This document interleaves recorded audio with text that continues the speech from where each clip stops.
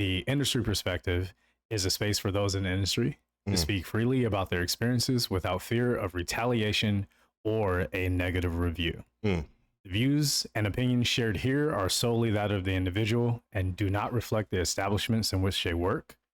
With that said, if you feel offended by these jokes, fuck it. We weren't expecting to get tipped by you anyway.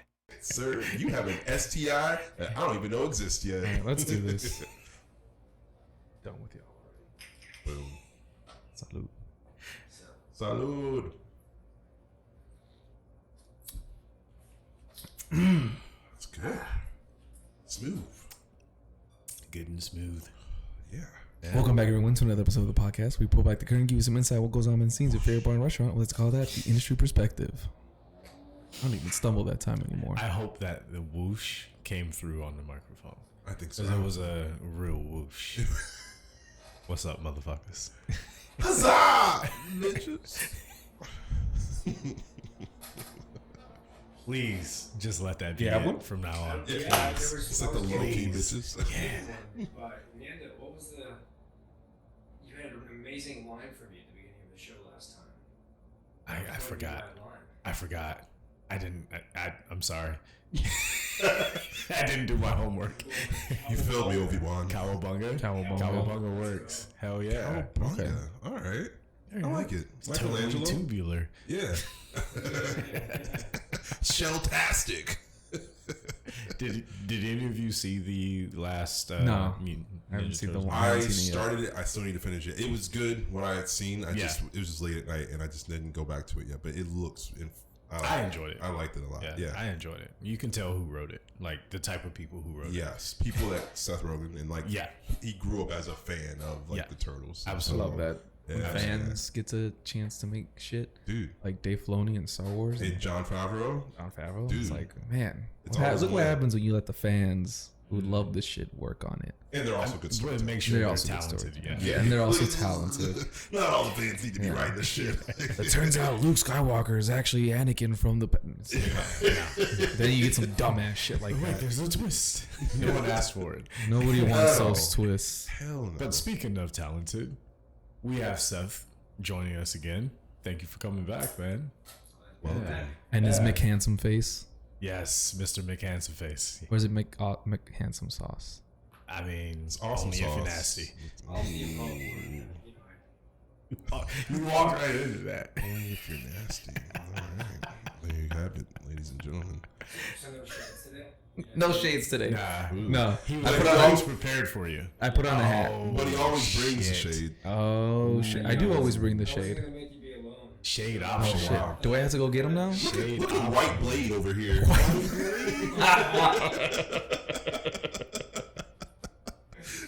What are you doing over here?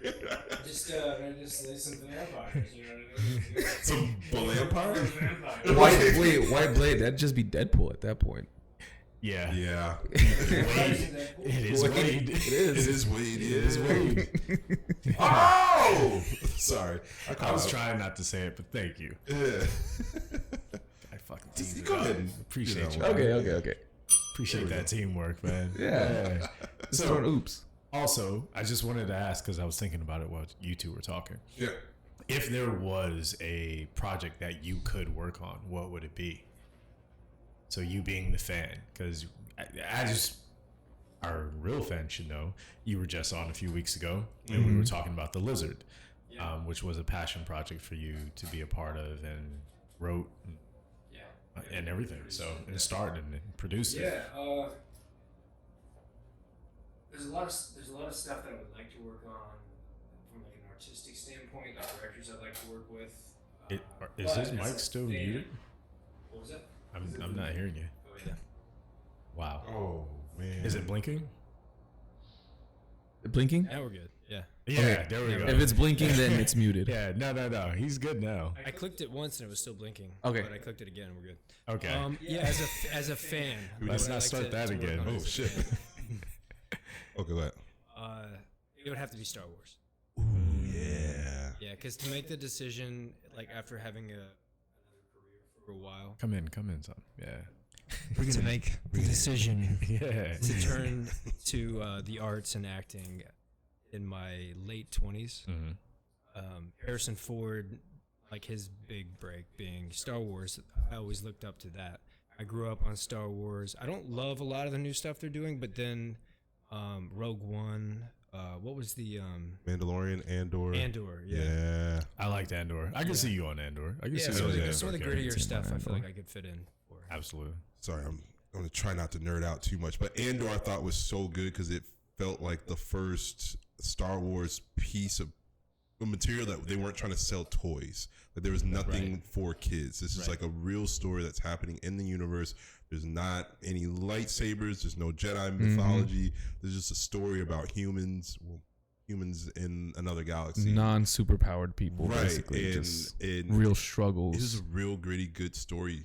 Felt like the stakes were really high because you didn't have magical powers. I know not magical powers, but don't get me wrong. Love Jedi stories, but like it was just like when we were talking about the Squid Games and shit, like the stakes actually felt high. It's like, oh fuck, any of these motherfuckers could go. Right. I think Star Wars has a bit of an identity crisis because it was bought by Disney, and we know why they wanted to buy it. Well, because of course, the younger market, and they can, all the potential for selling products.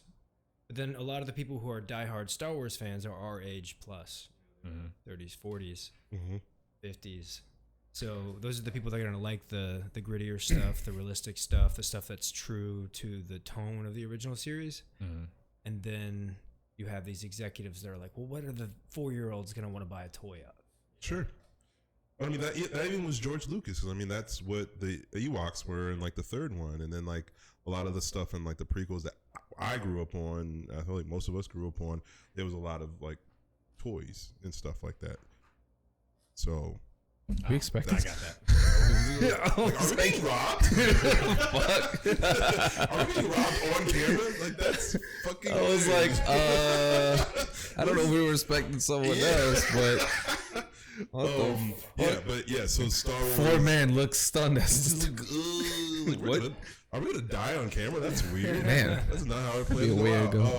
But yeah, no. Star Wars. I think George Lucas had like that issue a little bit, and that's why he bought the rights to all of like the merchandising. He got super fucking rich.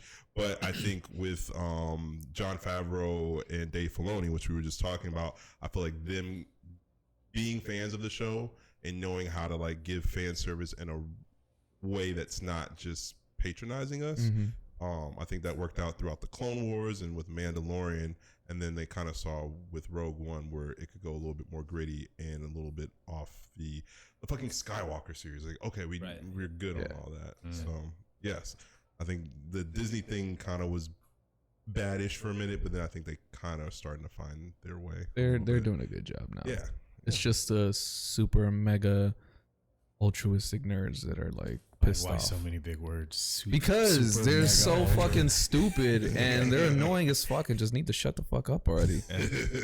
So much of it is tone, because I like the vision and some of the abstract concepts that are employed in the newer sequels. But execution, tone, like keeping it real to what the original series felt like without it feeling too kiddish or without it being cartoony. Yeah. That's key. Sure. Well, do you guys feel like the, speaking of just like tone and like things getting a little bit too kiddyish and corny and whatnot, do you guys feel like, how do you guys feel about the Christmas holiday as it is upon us? Some people feel a way about Christmas time being, well, some people think it comes too early. Like if it's not, if it's before Thanksgiving. Well, everyone hates it when you come too early. That was really easy, but I'll give it to you. Yeah, that was way too easy. I just kind of lofted it up there. It's the only easy one you get today. Put it by the rim. I'll take it. Yeah, I don't care. That was the obvious route. The fact that there was no defense there was I have no shame. Come on now. Well, yeah. Do you guys feel like Christmas comes too early, like holiday time? Coming from the East Coast, I feel like in Los Angeles, I don't feel Christmassy quite as much. Shit, it was fucking 80 yesterday, I think. Yeah. And like the temperature and the nature of it all is kind of a big part of it for me to feel like I'm in Christmas mode. Yeah. But yeah, I don't know. Do you mean as far as like when they start decorating, when you start decorating early, or music? just Christmas time in general? Does it get too corny? You know what I mean? Because we are in that season right now. Shout out to you guys. I don't think he gets too corny. For me, I feel like downtown Los Angeles could have more decorations and kind of do a little bit more better job of saying, hey, it's Christmas time, because there's no snow. The weather doesn't get that cold, so I feel like they could do a little bit. As I say that as I'm head to toe covered up, but I was cold a little bit. Yeah, I'm wearing like a fucking North Face. Right No, but like they could be doing a little bit more Can to I ask capitalize something on that though? What? Where would they put it? the decorations. Yeah, All down Broadway Street. Just Yeah, I mean, lights there's just Broadway. across the street. The whole way down. there's like all the shit, like the fucking street lights and shit. Fucking hang Yeah. lights on there. Put wreaths or whatever the fuck it Definitely is. malls. Right, Yeah. Come on now, they don't even like the scooters down here. Well, By they, I mean the people who are living on the street. No Yeah. offense. It's not like they're watching this, but I'm just saying they destroy everything that they see. Do you really want them climbing up a light pole to get rid of Christmas? I think That sounds like another script concept. I might get to work on that. Kind of a bad Santa sort the of Christmas thing. lizard, the Christmas Grinch. The Christmas Grinch. DTLA version. I'm gonna tell you afterwards. All right, I'll answer let me know that how you really afterwards. feel. Well, okay, if that's not corny, how do you guys feel about like holiday or holiday cocktails or like drinks that are around? Well, to call back to the Grinch, I am the Grinch. I'm not very festive. Oh, yeah. Like, I have a huge family, so like, I guess I have good memories of Christmas. But as an adult, I'm just like, Ugh. if you're seeing somebody, it's like, oh god, now I have to figure out the right level of gift to get this woman. Yeah. You know what I mean? That's Yeah. a whole thing that gets added to my list of things to do. I have a huge family. I have 8 siblings. So Nice. Christmas, in that sense, Oh, is that's expensive. expensive. Very much. You guys are getting heartfelt letters. Yeah. No, for real.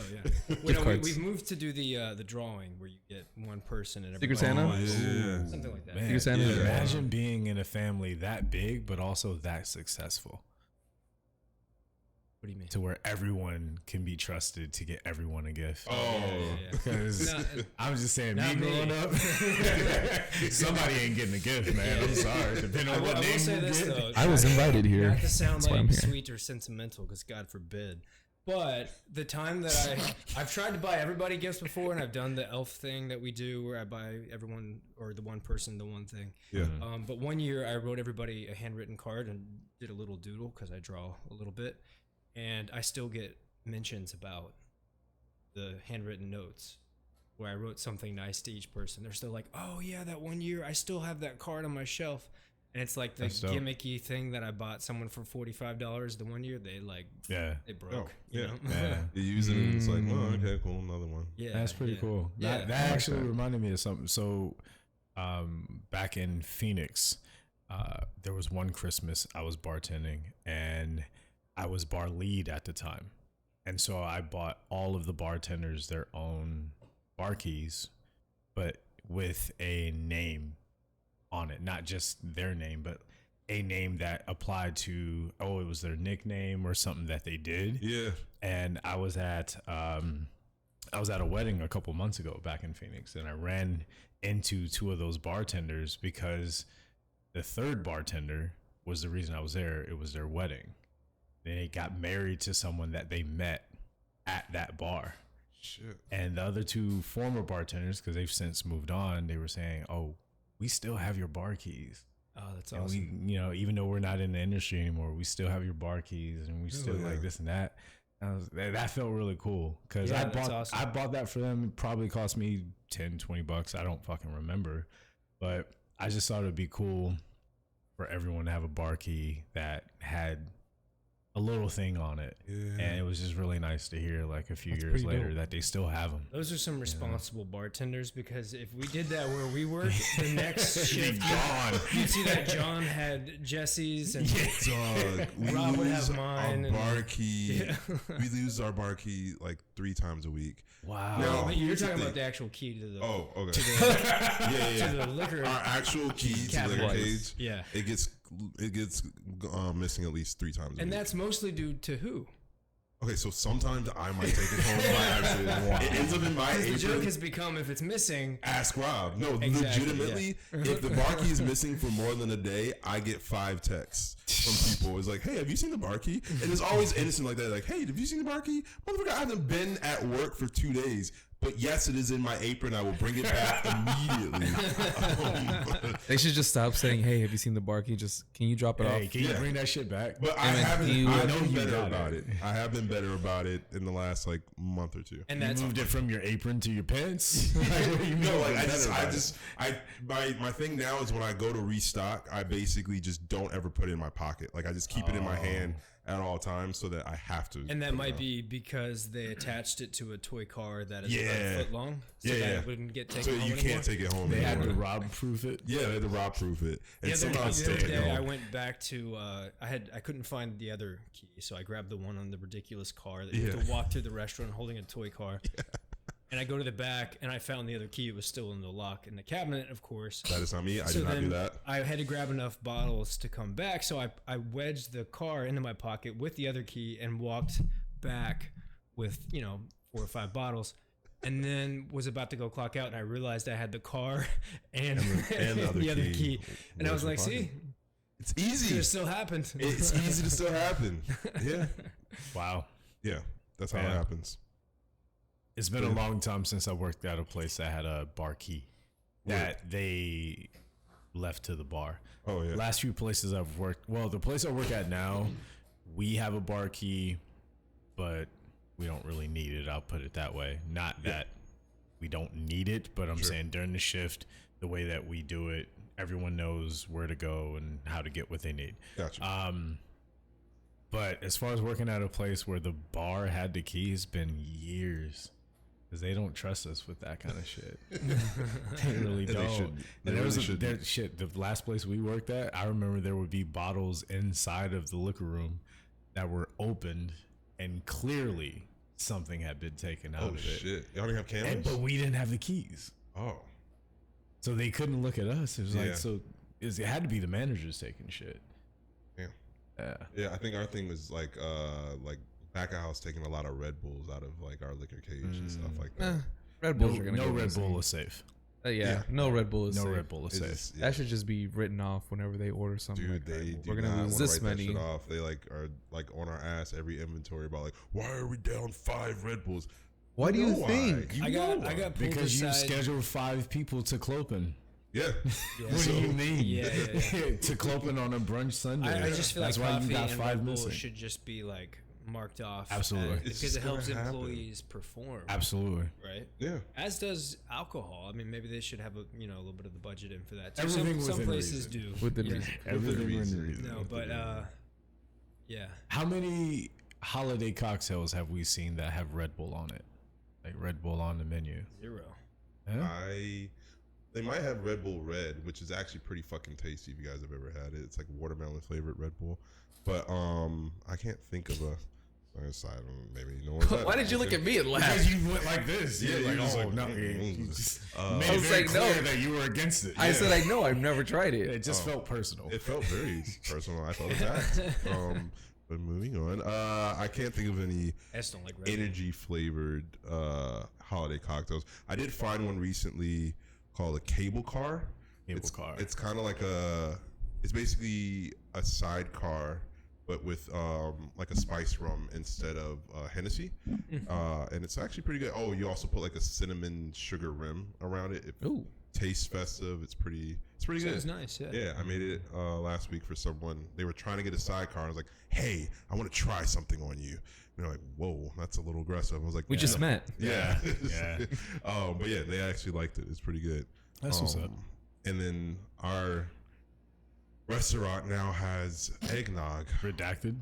Yeah, our redacted restaurant has eggnog on the menu, and they also have Eggnog cocktails. they have 2 eggnog cocktails. One is just spiced eggnog. The other one is egg espresso martini. Hate it.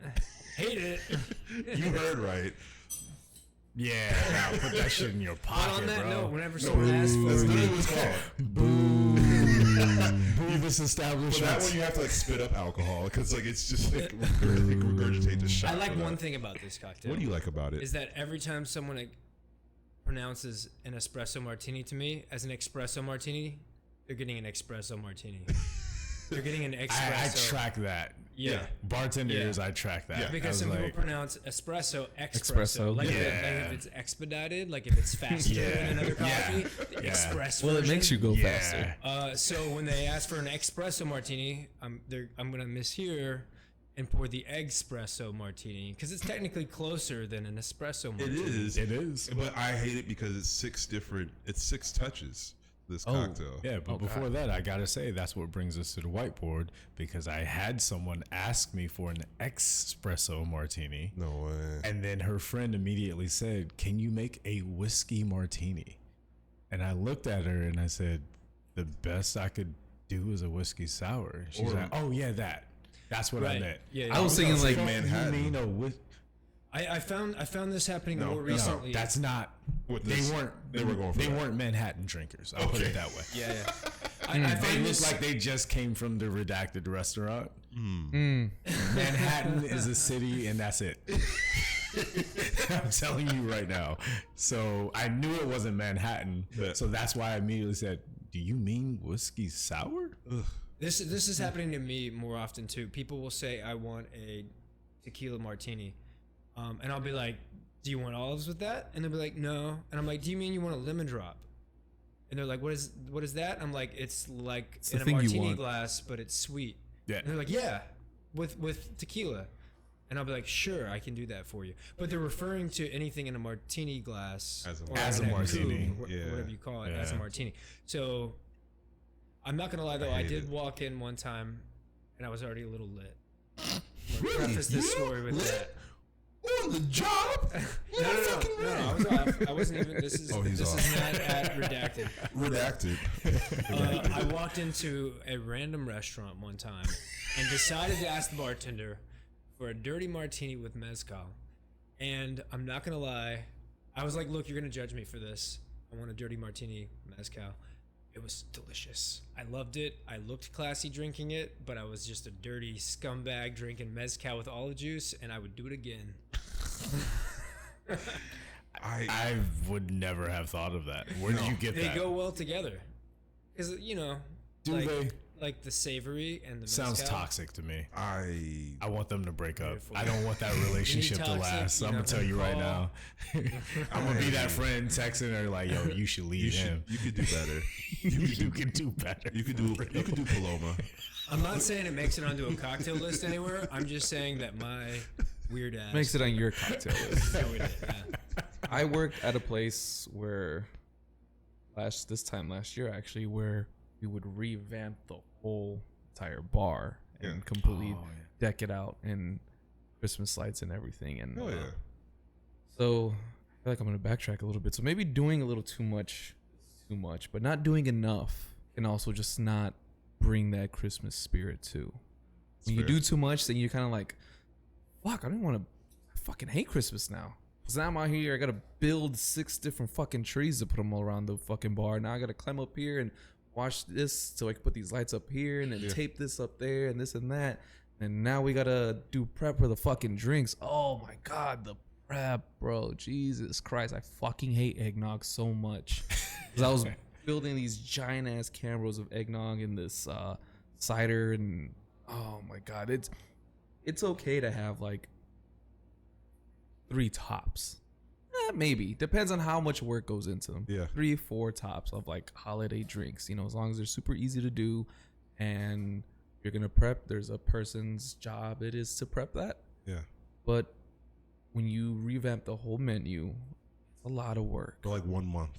for a month. Yeah. Like Yeah. That's a 30 lot. days tops. I think it But depends you- on the type of place too, though. Yeah, and when your front of house staff is like 8 people, that's a lot of work. I think it's 8 people, maybe. Wait, how do you feel about coquito? I gotta make some. It's that season. Okay. I had to make some. I would So love maybe the some. next time we record, I'll probably make. You some. heard it here first. We're getting coquito next week on the industry perspective. But yeah, it's just when you're working in the service industry and you work at a place that this goes over the top, me personally feeling like, dude, this is so much and really worth it. Sometimes it is because it drew in a big crowd. Yeah. So I guess it is worth it, but also like having to put the stuff up and then take it all down and all the prep that goes into the drinks and stuff, and you don't really have extra hands you're hiring to do some of this prep. It does wear down on you. So it's somewhere right there for me where I'm like, is it worth it? A little bit, maybe. I don't know. It just depends on how I'm feeling that day. I feel like with that, it comes down to like you knowing like the pros and cons of that for your particular bar, because like if you, I think you said like that bar was kind of known for their Christmas spirit, and so people are coming around for that, and that might be their biggest sales of the year. It is. That's what I figured. It absolutely was. And then like I know we were thinking about for like our bar teams like Christmas holiday party or whatever, we were trying to find a Christmas themed bar, and there's not but so many of those in the LA area because LA doesn't really do Christmas like that. But we were looking for a bar like that, and it was kind of hard to find, especially one to accommodate like our whole bar team. But yeah, I think there's one that I really want to go to, EP and LP. They're having like kind of a pop-up holiday bar situation, and it looks really, really good. Pop-up shit is cool as long as I think with holiday cocktails, they should all be fucking pre-batched. Yeah. Because you're going to have a lot of people coming, because it's happens once a year, pop-up or whatever it is. Pre-batch all that shit. Make sure you got enough. Make sure you got people that are pre-batching it for you. Let your bartenders do what they do best, which is serve the cocktails and talk to guests. Yeah.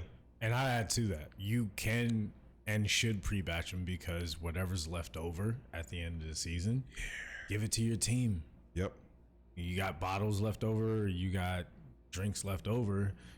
That's better for morale. Yeah. Give them that when everything's said and done. Hey, at the end of this shift, however much of this particular cocktail we have left, that's how much we're going to pour. And if you want one, take it. If you don't, we just write it off anyway. It doesn't matter. You just expend it.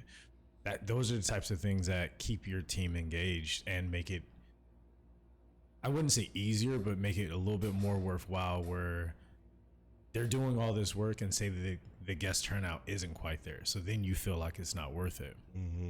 Well, if I know I'm going to get to drink this shit that I put all this work into at the end of the night, or someone else put this work into, then even if we don't have enough guests, you make me feel like you actually appreciate me, then I'm gonna work harder for you, especially during the holiday season. Yeah. And for a lot of these bars and restaurants and everything, they don't get a holiday party at all, but they will work 50 of them during the season and feel as though wherever it is they're working does not fucking care about them. Yeah. Oh no, this is literally just our bar team. We just kind of like each other, so we were just kind of like, let's just go hang out after work. Like it wasn't exactly a business. The corporate has nothing to do with this at all. Like they don't give a fuck. Like there's no holiday party going on at the restaurant at all. It's just like our bar team was just like, hey, it's literally like a couple of like the girls like on our team were just like, hey, do you guys want? And I never thought about it. I was like, oh, I guess we could do that. And it's like a white elephant like kind of gift exchange, but it's not even mandatory. It's like we just want people to show up. If you want to, cool, you can participate. If not, cool. The restaurant does nothing at all. Well, of course, that doesn't surprise me. We all feel completely unappreciated. Yeah. If we had extra eggnog that we could take home, not that I would, but at least I'd feel. Yeah, it's like an option. No, like everything has to be accounted for down to the quarter ounce. So like it's just like none of that shit is even an option. Like it's just going to be waste logged or whatever. That's fucking bullshit. I think also for certain restaurants, you could easily put a cocktail or two on your menu that included, I don't know, spiced rum, nutmeg, cinnamon, without needing to go buy a big inventory of eggnog, new stuff that you might have left over. I think you could easily adjust a few cocktails, be a little creative, have something on your menu for a few months without needing to spend a lot, and then have the concern that it might not sell well. Yeah. But that way you have something on the menu, because I think that's worth doing. It's festive. It's fun. People are like, oh, there's a holiday cocktail. But that's where proper planning comes in. One or two. But it's still going back to what I said. Entire bar. Because if I walked into like a little. It's a lot of work. Thank you. If I walked into a little divey cocktail bar and they had like 4 holiday cocktails, I would roll my eyes. I would be like, "Can I get?" Is this a pop up? Yeah. What are you guys doing? I 100% feel that. I'd be like, It's "Can I just get a I came in for a whiskey sour. and Yeah. meat, But you know, if they happen to whiskey have like martini, sir. Oh my god. yeah, if they happen to have like a spiced whiskey sour or something, I'd be like, "Oh yeah." Or they have a top shelf Long I was Island. about to say, what if you walked into a place they turn a Long Island into a festive If there cocktail? are Christmas lights around the glass, I would order it. You know. No, it's just all top shelf booze. You have to name it Grandma Got Run Over by a Reindeer. That's the only way I'll drink it. You In can't Long say it's Island. just a top shelf Long in Long Island. In Long Island. in Long Island. Okay, Dude. I think I I'll would take try that. anything with that name, at least once. Actually, Yeah. yeah. I'd be down to try that. When's the last time you made a top shelf Long Island? Probably 3 weeks ago. Jesus, that's way too soon. Yeah. And the thing is, it's a weird thing because we have no way of actually inputting it, and so now I got to go to my bar manager, and she's like, "Well, I guess you do a shot of this, and do you do a shot of that?" And like, we're not doing full shots of the in there, but just like trying to figure out how to, because we got to account for every liquor that we're doing, and I don't think Do you any wanna bar hear how can. I handle that? Sorry, go ahead. I was just gonna say I don't think any bar has a way of inputting a top shelf Long Island because you Some shouldn't be do. making a Yeah, top no, shelf. Some do. I've worked at damn. them. I'm sorry. God. I'm sorry to I ruin mean, that. I'm just anything saying that's- because I know somebody else out there is working at a fucking place that has that button. Because I've worked at a place that had that has button. that button. They have There's a fucking button. for top shelf Long Yes. Island. Typically, any place that gets something ordered, and if they're logical enough, if they get something ordered often enough, they will find a button for it. Yeah. Add a button for it. Well, they should Who are because these people? Yeah. Who are these motherfuckers ordering top shelf Long Islands with frequency? What fucking place is this? You want to know how I handle it when someone comes in and asks for a top shelf Long Please tell me. get out. Island? I get a little professional. I say, "Our Long Island is already top shelf, sir." Ooh. And then I make it as I would have anyway. Hit 'em with the Uno The normal reverse. button. Yeah. Ooh, Yu-Gi-Oh! Trap card. And with that Uno reverse. Because and like shit, too. what really is top shelf, right? I mean, let's go. I mean, when it comes to a Long Island, there isn't one. because There our are no shelves. our It's just well- basements. It's decent. Our well at Joey could be top shelf somewhere else. That's fair. Sorry, redacted. God damn it! It's making the editing harder for me, my friend. That's the first time today. It was at least First time at today. least 3 times. But here's my thing too, is the people that are ordering it, right? Wow, you're doing a lot over there. Yeah, I know. Yeah. Because I'm about to Well, start. you leaned I'm about back to. so Because I was crazy. chilling. Yeah, I was like, God. Now, Now he's getting. Now he's a villain. now I'm getting. That's exact. I was chilling first, but now I'm getting to that point. It reminds me of like when people say like, "Oh, I can taste the differences." No, you fucking can't. No, You can't. You can't, and you're a Yeah, fucking doesn't- piece of shit liar. You piece of shit. Get the fuck out of my face, goddamn liar. That reminds Do you me lie of- to your family like that? You kiss your mother with that lying mouth, lying whore. Face. Because it's they're just like people that drink wine who can swear they can tell the difference. Some can, most of them can't. I had an experience last year too where I gave this lady one thing and I was like, "Oh my god, I'm so sorry. That was actually her." She's like, "No, this is mine because I can tell the difference." And I'm like, "Okay, whatever." Stupid It's ass. like when you don't put vermouth in any of your martinis, but they're like, "Oh, I think." Well, you can't do that in LA No, I because don't. But like white you know, women there's out a here joke do about not it. like vermouth. That's my point. So you just never use it. Yeah. Whenever someone asks for a martini, and no one ever knows that you it's can't missing. fucking So tell. you guys make all your martinis dry, pretty much. Pretty much. Not Interesting. I mean, just straight up. I Not don't even dry, because just straight up. respect, No but- vermouth. Word. Because once I moved out here, I found out vermouth doesn't exist to a lot of people out here. They don't want that flavor. And actually, shout out to Tristan. He summed it up perfectly. We were having a conversation about this a couple days ago, actually a week ago. He was saying that when it comes to a classic martini, it's supposed to be gin anyway, of course, but people switched to vodka because they didn't like the flavor of gin. Yeah. Well, then people then took the vermouth out because they didn't want the taste of the vermouth. They just don't want flavor. That's why vodka's so boring, because vodka doesn't fucking taste like anything. and it absorbs the flavor Yeah. of whatever you put it with. Yeah. Like, yeah, just like a dry vodka martini is like, just tell me you want to get fucked up. Like, Yeah. just Vodka, vodka is a Or just missionary. have a cup of vodka. Yeah, I just want a cup of vodka, chilled, please. That's it. Yeah. But a martini. Put in a martini, so I don't look like a piece of shit just taking shots. Yeah, Give me that. yeah. If That's somebody came up to me and said that, I'd be like, oh, fuck yeah, here you go, man. There you go. Here's your vodka martini straight up, so you don't look like a piece of shit. I respect that. Yeah. well. The top Thank you shelf, for not ordering a top shelf Long Island. Well, I was going to say the top shelf Long Island, doesn't that not fall into the same category as like the Clase Azul margaritas? Yes. Because it's just like you don't really taste the You're difference, not gonna fucking but taste you it. just want to be You don't able know to what say, you're ordering. Yeah, you don't Unless- know what you're ordering, Right. but you want to know for yourself and for the people around you that Spent extra money, so now look at me and look how good I am. yeah. Right. Look how much Yeah. better I am for drinking this. Weird Oh, flex, it tastes so bro. much better. I mean, and if you're tipping well, it's all the same to me. But the Right. people that do Tip that well. are not the And that's the usually problem. ones. Yeah. They never tip well. Never tipping. I well. wouldn't have a problem with you ordering some fuck shit if you tipped me for it. But if you don't tip me for it, now I have a problem. Yeah. Yeah. Because you're showing Now me I how hate you. trash of a person Now you you're are. And I just asking don't to want you get here. educated. Yeah. And I'm gonna tell you.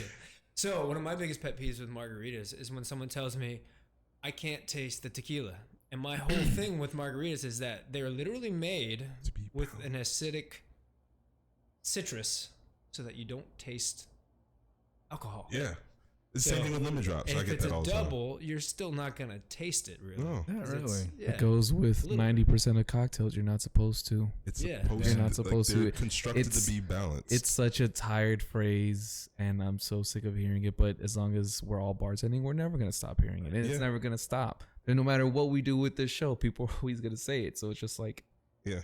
you know what? Oh, that's fine. Because I'm I'm going to pretty keep stubborn, talking though. shit. Oh yeah, no, don't get me wrong. I'm Pretty stubborn. just gonna go ahead And and even with these two here, when the person ordered the espresso martini, they were like, "Oh, make it strong."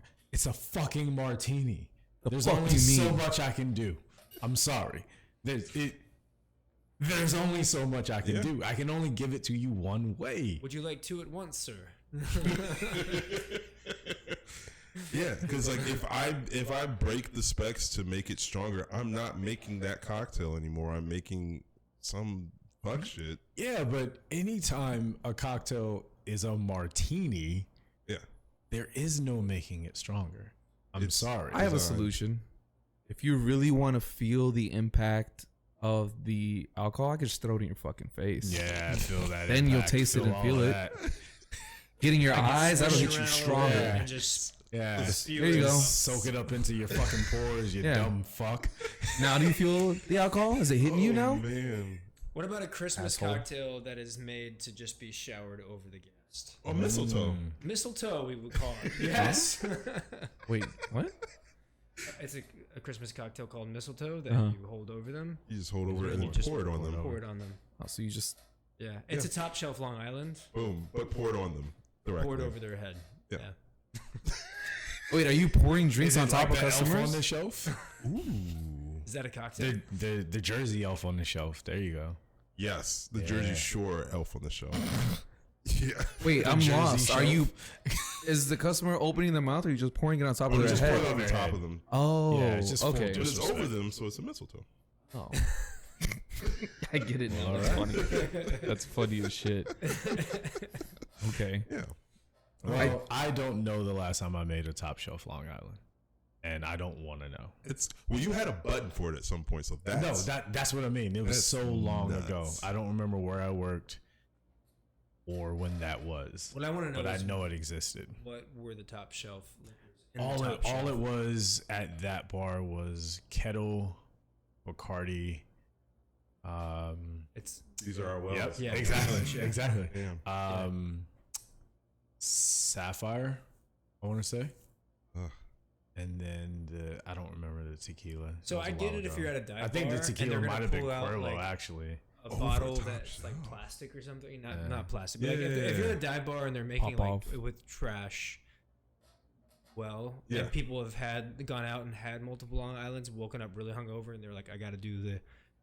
Instead of changing my ordering routine, I'm just gonna They ask for actually the choose one higher of the other 100 quality. cocktails. Yeah, but Yeah, if it's not a trash place, they're not making it with trash. Yeah. I do have something to say. Being in downtown Los Angeles, I don't think any customer has merit to say, give me like a top shelf, whatever, because correct me if I'm wrong, but a lot of the bars here, they all have great shit in their wells. Yeah. Because no bar wants to be the bar that has a shitty well or shitty. There. So Yeah. this is a huge assumption because I haven't been to all the bars in downtown, but a lot of the places here in downtown all have great wells. We've managed to explore some of them. Their wells are pretty standard. Almost every bar has like Tito's, either Old Forester or Buffalo Trace. Both are great whiskeys, bourbons, or whatever. Yeah. And most mezcals are pretty great too.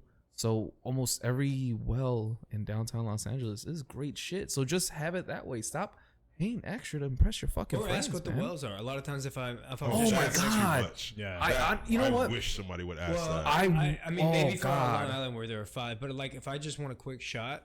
Yeah. And I'm like, I'll just do a shot of tequila, and they're like, well, would you have a preference? I'm like, what's your well? And if it's not something I've never heard of, and I'm like, oh yeah, I'll have that. That's fine, you know. Boom. Yeah. But I guess if someone was like, what is your well, Long Island? I would tell them. I'd have a little attitude about it, but I'd tell them. They still, yeah. Because that's when people ask for like the fucking Casamigos and shit. I'm like, are you sure, man? Like the shit I got right here is better. Oh, but, man. you know, I still do the thing where like just ask me what's in the well. They ask me what tequilas, and I go through the list of like 12 tequilas, and Casamigos is always the last one. That's always the one they go with. No, so yeah, I do the reverse. For me, I would always say that one first. Yeah, so I say we have a bunch. We have Casamigos. The only Don Julio we have is 1942, and then I continue from there because those are the two most often Don called. Julio. I realized Don Julio was so popular until the last 6 months, kind of. Yeah. But yeah. When did Don Julio 70 become so popular? I don't know. But Because I had, it's not that I hadn't heard of it. I just hadn't seen it that often. And when I would see it, I would almost never see it poured. But the last 6-9 months, I'm getting so many people trying to order Don Julio 70. Yeah. Who told you about this?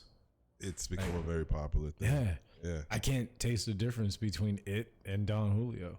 Well, I think what's happening is that Casamigos, when it first got really popular, became it was better. It was better than having Jose Cuervo, And right? Patron. Or Patron. Yeah. And like at least that's how it was like branded, and it worked. And so people would go out and they'd ask for a Casamigos. It was really popular. I think like 2018, 2019, not long after it came out.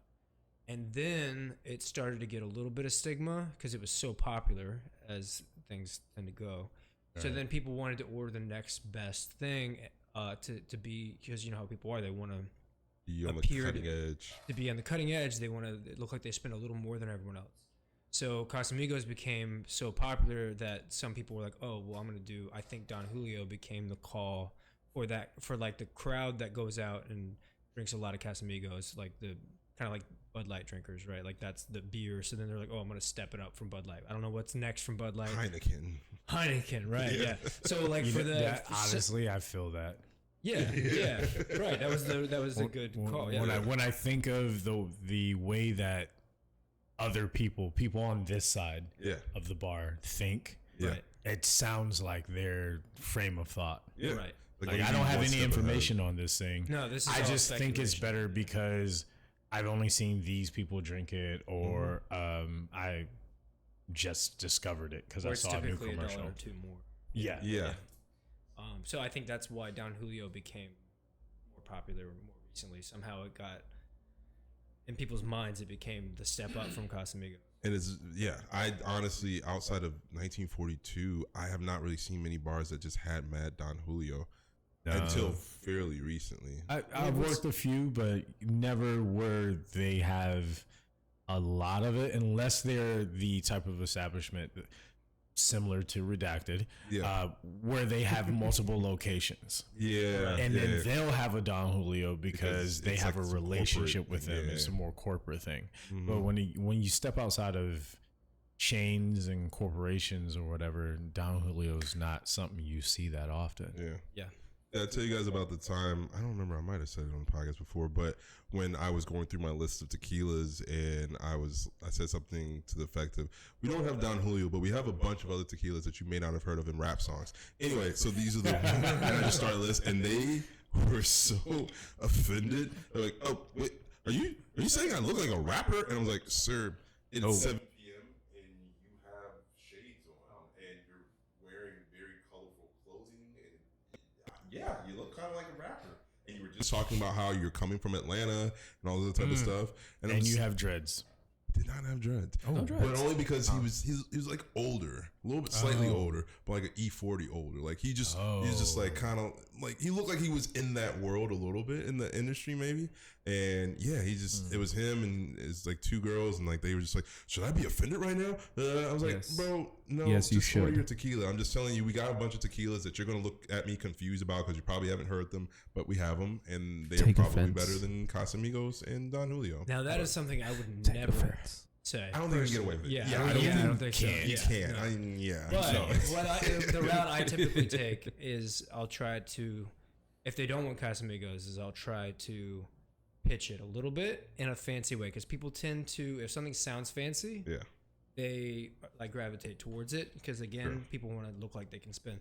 So like, no, but we have this other one that's single estate, stone milled. It's very similar to Casamigos in price, El Tesoro or Dura. But yeah, so I'll call something like that and then just upsell it a little bit to make it sound like fancy. Yeah, You know what I mean? and that's the thing is those are actually cheaper than what we're selling Casamigos for right now, but they're better tequilas. Go figure. Yeah. Well, that's how it is. Supply and demand. Yeah. What about when's the last time you guys sold 151? We don't I have don't know it. that I've ever worked somewhere that had it, but I have stories about drinking it. Oh, The last time I sold a 151. Last time I sold it was when we were working at Carla's.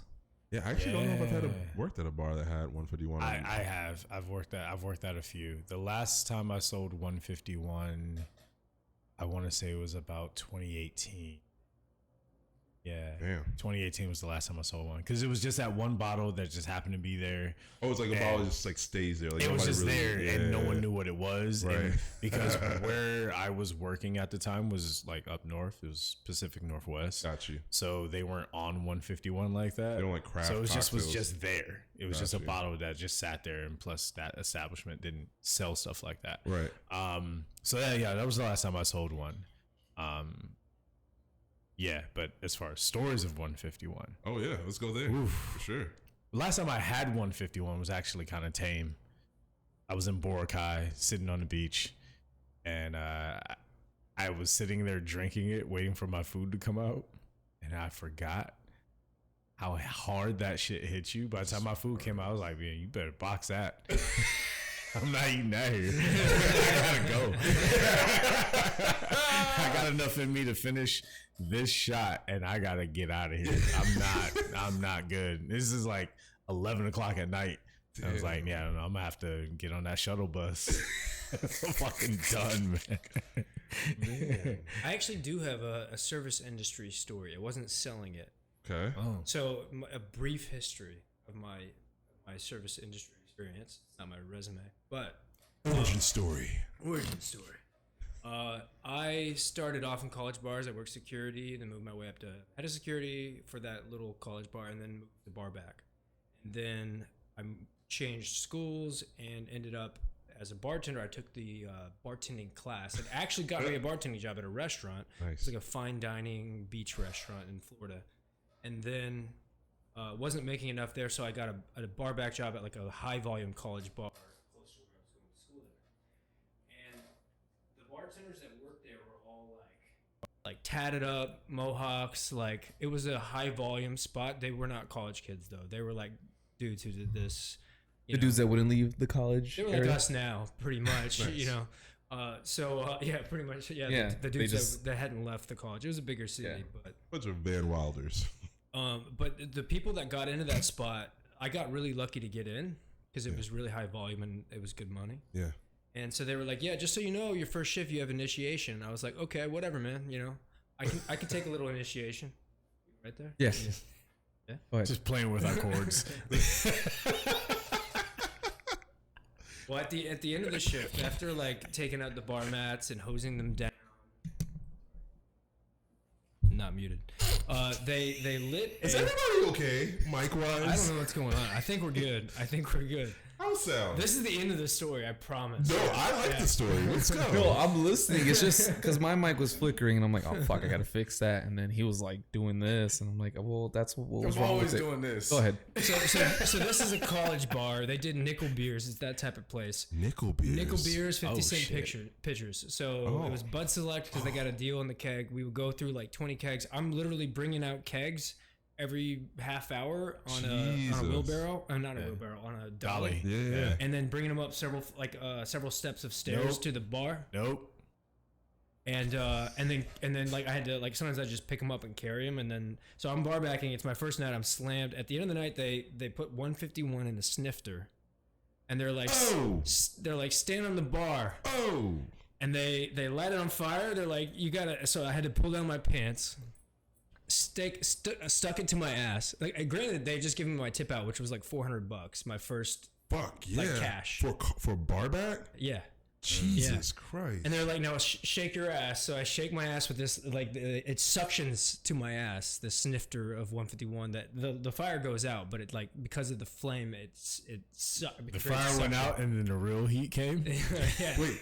So I'm shaking my ass. Quick question. How much of the snifter is filled? Because the snifter is like 12 ounces, 8 ounces. Well, they didn't fill it. They put like 2 ounces or something. Okay. I thought they were like trying to fill a snifter up. I was like, that's death. Okay. Well, they knew that when it was stuck to flesh, the flame would go out, but it would create a suction, so it would stick. Gotcha. Right? Yes. So then I had to drink it, and of course it smelled like ass hair. Yeah. Jesus. So that's the only place I've worked at that had 151, and it was Florida, and it all makes sense. Of course it was Florida. Of course it was Florida. Everything makes sense. Anywhere else but Florida. Florida man. I was He Florida. was Florida man. Anywhere else but Florida, that would be like, did you call the cops? Are you okay? You do that shit in Florida, it's like, yeah, it's not even a Monday night. That's not even a Tuesday. That's 1 p.m. That's Florida. Can I tell you something funny that happened to me? Yes. I mean, that's what the show's about. That's what we do. Okay. I told you this. About a week or two ago, we had this party or whatever, and you know those people that, I don't want to say they're like friendly, but they try to be cool with you and this and that. I hate them. Because you know when they get drunk, they're super fucking annoying. Oh yeah. Right? Yeah. Cool. Don't bro me if you don't know me. I live by that. I'll give you that. I like that. Had one of those, right? He didn't get super drunk, but he had a couple drinks, whatever, this and then he comes back up and he asked my coworker Kyle. He's like, oh, what's the best drink? He's like, what's the best drink you make? And I already felt it. I didn't look. He didn't have to make eye contact with me, but I looked at him and I just felt like his aura, just like all energy was going to you. Yeah, like he was like Goku powering up, getting angry. I felt it. And he was like, well, this is pretty good. I like that. He's like, this one that we have is good. He's like, yeah. He's like, but what do you make that's really good? And he paused. And then he looked at me, looked at him, looked at me again. He's like, well, he's the real bartender. I was like, you motherfucker. You did not just throw me under the fucking bus and drive that bitch. Yep. So the guy goes, all right, so what do you make that's really good? And I'm like, anytime your bartender points at another bartender and says, oh, they're better than me, even if they are, it doesn't matter. They're saying that because they don't want to fuck with you. Yeah. I need you to understand. Yeah. They have just handed your ass off like a fucking baton. You should end whatever course of action you're on. Oh, man. Yeah. I've been that guy so many times. So I've been like, hey, but this is the best bartender here. This is a guy here. Right? It's like, you son of a bitch. I get my drinks from them. I've trained bartenders and then have someone ask me that shit and be like, well, they trained me. And I just walk away. What you gonna do? Call me a liar? Nope. Now we're in the thick of it. So the guy asked me, and I'm like, all right, well, what do you like? He's like, oh, man, I like anything. I'm like, give me something. I was like, okay, well, what's, you like whiskey, tequila, mezcal? He's like, oh, I love mezcal. I'm like, okay, cool. All right, I got something for you. I just made him an old fashioned, whatever. Oh, this is so great. Comes back 5 minutes later. He's like, man, You were really heavy-handed with that pour. I was like, oh, yeah, thanks, man. Appreciate it. You like it? He's like, oh, it's amazing. He walks away. I look at Kyle. I said, bro, I used the jigger. It was 2 ounces. I was like, I measured that shit, bro. It's an old-fashioned. It's meant to be spirit forward. I don't know. But People are fucking funny and stupid. I love this job. For every make it strong, there are 5. Oh, you made it too strong. Yeah. What did you do? Not that it's the chord. No, when you bumped the table, all of the audio went out. Hello. Stop bumping the table, my boy. My bad. But Yeah, I mean, I think sometimes that just it comes down to like shout out to Kyle. comes down Asshole. to listening. So if someone's asking for something spirit forward, I'll put less mixer in. If someone wants it sweeter, pretty easy, it's sweeter. If someone asks for something I make, and they're obviously not in the mood to look at the menu, I usually just say something off the menu. I make a really good spicy passion fruit margarita. It's literally on the menu, but like unless it's like somebody who elicits some sort of response from me, aka she's really attractive, I'm probably not going to sit there and ask, I mean, it might depend. I might be like, well, what do you usually drink? And then go from there, probably something off the menu or something close to it. But yeah, I mean, there's that fine line. Like our job and like what's fun about our job is getting to make something creative. But when people are douchey about how they come about asking for it, Yeah. you don't want to be I'm creative. giving you the bare bone minimum. But if somebody's being cool and they're asking you what you like to make, you're like, well, I have this recipe up my sleeve I've been wanting to try, so you That's go why for it. I did the cable car, yeah. But you don't want to waste that on someone who's calling you bro and I know you like that, yeah. because he's probably not going to appreciate it. Right. So I still try to ask a qualifying question and then go on a route but like that whole, you get that a lot. Like, what's your favorite thing to make? Yeah. shot. Honestly, like the easiest thing. Yeah. A shot. a I love making yeah. shots. I love making And shots. They're just, my favorite. just to clarify, when you say that they're not going to appreciate it, it's not saying that a guest doesn't appreciate a drink or doesn't appreciate you making it. It's saying, well, if you've given me no identifiers to what your palate is, what your Right. and the only thing I'm getting are indicators on your personality telling me that you will only like a certain style of drink, then again, why would you waste that? Yeah. So it's also not just us joking around. It is also us wasting product. Yeah. And wasting product, for one, we have to account for it. But for two, being in this business as long as we have, being in this profession, we also respect what we do and respect that there are other people on the other end of this making these spirits that have to be aged. There's time that goes into all of this. It's not that you can just make a quality rum within a week or vodka, tequila, anything. Usually this has been aged for a year, 2 years, 5 years, 20 years.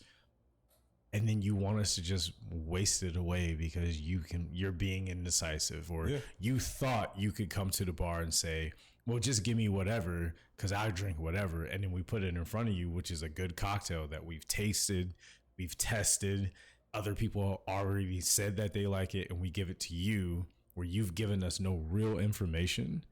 And then you tell us that cocktail is trash. Yeah. Yeah, and that's why a qualifying question can help if you are trying to actually help that person, because when that person comes in and they're like, what's your favorite thing to make?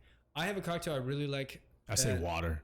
And that's not just a joke. Yeah. Whenever someone comes to me like, what do you make good? I make a real mean water. And I learned that from another bartender. If I remember who it was, I would give them credit, honestly.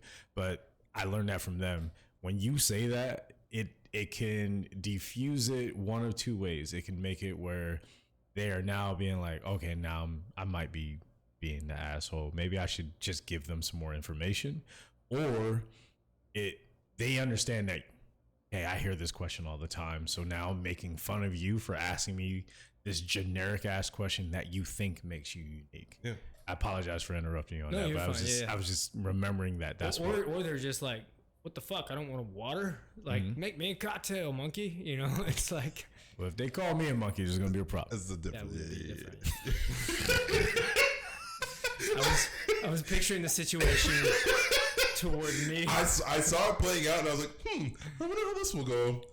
Actually, I was thinking of Wedding Crashers when the little boy is like, make me a balloon This is monkey. great cleanup. I love cleanup on aisle Seth. Go on. Yeah. This movie, right? Anyway. Well, at least you know this can't be the clip. There's no way I can use this.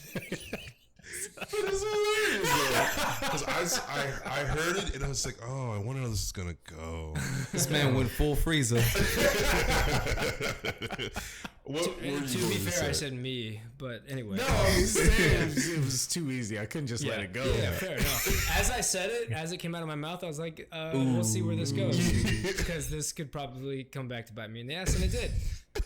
There's a cocktail I like making that came out of Austin. It's mezcal. I think of Verna. I haven't made it in a while. You light a orange peel over a match, and it's in a wine glass. It's very spirit forward. Now, if someone told me my favorite cocktail to make, and I make them that, they're gonna look at me. They're probably not gonna like it unless there's somebody who really likes that type of that type profile, of cocktail. Yeah, and is also a mezcal drinker. So that's why you've got to kind of be like, yeah, well, what do you usually like? And then they're often the same people that ask that question are like, I'm down for anything. What you got? And that's why it's like usually like, okay, you're getting like a variation on a margarita. You're getting Malort. Yeah. Oh shit! Well, no, that happened to me because someone came in and was like, "Oh, make me your favorite drink," and it's like, okay, I'm a bartender, so like I drink, or like I know my palate really well. If you don't drink a lot and know your palate, you're probably not gonna like what I like.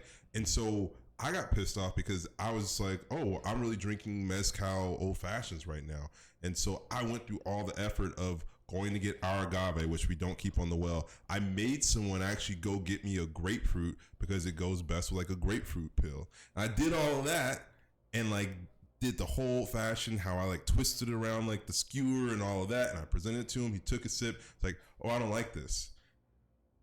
You son of a bitch. And so, like, how I felt at that point, because I did the whole qualifying thing, because him and his girl, she just ordered a spicy passion fruit, and like he was just like, well, I don't know, just like make me whatever you like. And I just explained to him, I was like, hey, do you know if you like mezcal? Because this is a very specific flavor profile and it's booze forward and all that. He's like, oh yeah, I'm gonna like that. He did all of that, and then he got it, and he was like, oh, just make me what you made her. Could have just ordered the same thing as her. Stop trying to show out. Yeah, and now at this point, I would like to punch you in the face, sir, and I'm never talking to you for the rest of the night. What I'll do sometimes is I'll go into a place and I'll say to the bartender, like, do you have a variation on a Negroni or Manhattan that you like to make? And if they do, they're usually pretty excited to make it for you. Yeah. Because they've played around with it. And if not, they'll say no, and I'll take a normal one, and that's fine. Right. But yeah, when you leave it open-ended like that and you don't give any specification as to what your palate is or what you enjoy, then and that's the thing that annoys me the most, is that if you order something off menu, you should have to drink it. Yeah. If you order something off menu, you should have to eat it, or even if you don't drink it or eat it, you should pay for it. Yeah. But a lot of managers will still be like, oh no, let's just take it off, and that drives me nuts. Yeah. Like, no, it's not like he ordered it off the menu. You're not he was 5 years this isn't old. To my taste. Yeah. He had me create something for him and then didn't like it. So that's just a personal assault to me at this point. It's offensive to me and my skill. Yeah. So especially if I'm on the wood or whatever, like at our restaurant, I've wasted time where I could have been talking to 4 other guests that are now a little pissed off because I'm taking extra time to make this cocktail for you and make it sure it's good and all that. Because like, oh, this is my favorite cocktail. I want to make sure he can enjoy it as much as I enjoy it, that type of thing. And now you're just immediately, I don't like it. I'm like, all right, fuck off, dude. But it all comes back to the root. 151. Well, before we go back to 151, I just was thinking about it while you were saying, it also is an additional kind of slap to the face when you will have a manager that will comp something based off of a guest just being a dick and being indecisive, but not it being an actual mistake. But if you make a mistake, bartender or server, and you have to have something that is like, say a server brings out a plate. Oh, I put in the wrong thing. Now you got to take it back to the kitchen. Now you got dead food in the window.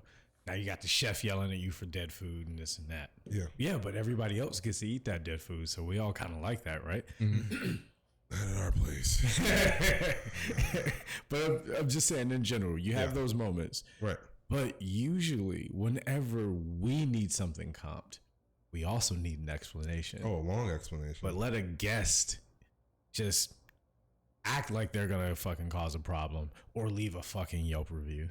And we all know how I feel about those. Which is why whenever you make a mistake, the smartest thing to do is say it was guest preference. Yeah. I like that. Yeah, I like that. I He like just that. didn't. He asked for it. He thought he would like it. Right. He didn't like it. But Right. did you review it? Did you repeat it? Oh, I did. Yeah. The 5 R's? 3 times. Yeah. Yeah. But it just always feels unfair when we're the bridge between the two, and yet we don't get the same consideration that this particular side gets. But we're the ones that you have to see every day, and you have to work with every day, and we have to work for you. Yeah. But when I tell you, oh, well, I gave them this, because some places don't have where they could just say it was a guest preference. There are some places where you say, oh, they didn't like it. And I know that the managers then turn it to them and saying, well, why did you suggest it? Or this or that. There are people who do those things, and there are servers and bartenders sitting on the other side of that. And it fucking sucks when you're the one doing the job, but you have these guests coming in manipulating the system. Oh, yeah. And they don't have your back on that. And what I mean, they don't have your back, meaning they'll just comp it off for them. Yeah. They won't just comp it off for you. There's a benefit of the doubt that guests always get. Yeah. When, like, literally, you can tell there are some guests that are just scammers. Mm-hmm. And they're just there to try to get free shit. And they'll just be like, this one thing will be like, this food took 20 minutes. Literally, it took 8 minutes. I know what time I put it in. I know what time it landed. But they're saying it's 20 minutes. And they're making a fuss, so now it's fully comped, and we're giving them a free dessert. Right. And I'm just like, but then at the end, when they do their reports at the end of the night, they look at that. Oh, how many comps and voids do we have? Right. They care about that so much. Oh yeah. How much do we have to write off at the end of the night? But honestly, how much of that was just stupid ass motherfuckers or scammers compared to an actual mistake made by an employee? Of course. Look at that percentage. But the moment profits go down because it's slow or something else, or someone gets a stick up their ass and they send it down the chain, even though they haven't been in the restaurant for 9 months, one of these people high up the ladder, but we're the ones who have to fucking suffer for that. Right. You know? So where's that middle ground? Yeah. And I say that to the managers out there. So to you managers, if you know, especially if you've worked the job that we are working, that's how you got to that position. How is it that you're able to not be able to communicate that to the people above you as well as the people below you to help find that middle ground? Because I don't understand how so many people can either be a manager or become a manager after working on the floor, and yet nothing gets done for the people on the floor. And everything's about the guests, and then the guests get shittier, and you take it out on your employees, and then you have high turnover. Yeah. I'm gonna stop now before I go on to more of a tirade. I just would like to understand, like, what is it that we're not seeing by being the floor employees that you're seeing as managers? Because the rest of us employees would love to know. Well, they clearly have some kind of clairvoyance. Well, that's what that is.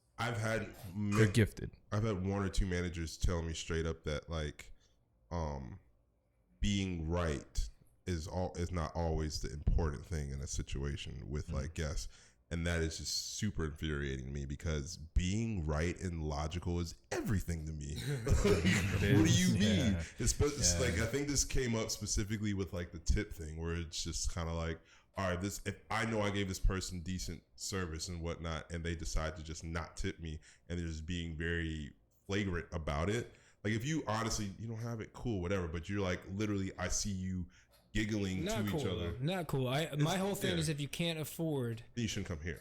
the tip part of There's a nice Scottish going restaurant out- down the street called McDonald's. Like, knock yourself out. Yeah, exactly. Go Just to say McDonald's Scottish. if you can't afford the tip. I get it if the service is terrible, but too many people stiff. At least where we work. But yeah, Redacted. that's a part of the process. And like we're just told, like, well, that's just a part of the game of like working the service industry. And it's like we could actually take this opportunity as a teaching moment to train guests to be better guests. How about we stop letting them get away with shit like Yes. this? Maybe, have a fucking spine, put your foot down. No, I had a manager And one if time they walk don't up wanna to come a back, guest don't let them come and back. tell them that if they didn't tip our employees, they weren't welcome to come back because that's how it works. At Redacted? No. Well, obviously not. At Yeah, I Redacted. was like, This Jesus. was see someone the else. confidence He in was- which I he was said like, that? I will go hug that manager tomorrow. This if is that's- back. This is a while back, but Okay. still, I've always remembered that because he was annoyed because it was a whole big table and it was a big ordeal. Yeah. And he basically told him to leave. Bet. I've seen a few managers do that over the That's years. lovely. Few and far between, but I have seen it. And that's the thing is like, I know there are some servers and bartenders that are not great at the job, and that's still, you shouldn't stiff them, but like that's what I'm saying. But like I know Seth, and I know like when we're working, like we're working above and beyond to make sure that these guests are getting the best service. And so like if you get to the end of that and you're just like, nah, I'm gonna just pay what I owe the restaurant and I'm good, then I'm just like, come on, bro, like what are we doing? But And even if the service is bad, right? Yes. Like even if something went wrong, it's still you shouldn't put, it's usually not on just that person in front of you. There was an Yeah. instance recently where someone's food, something happened. It got delivered to the wrong table. It had been like 40 minutes, and he was like, "I want to go." And another one had been refired. Another order had been refired, and I told him. He said, "We'll just take it off the bill. I'm going to go home."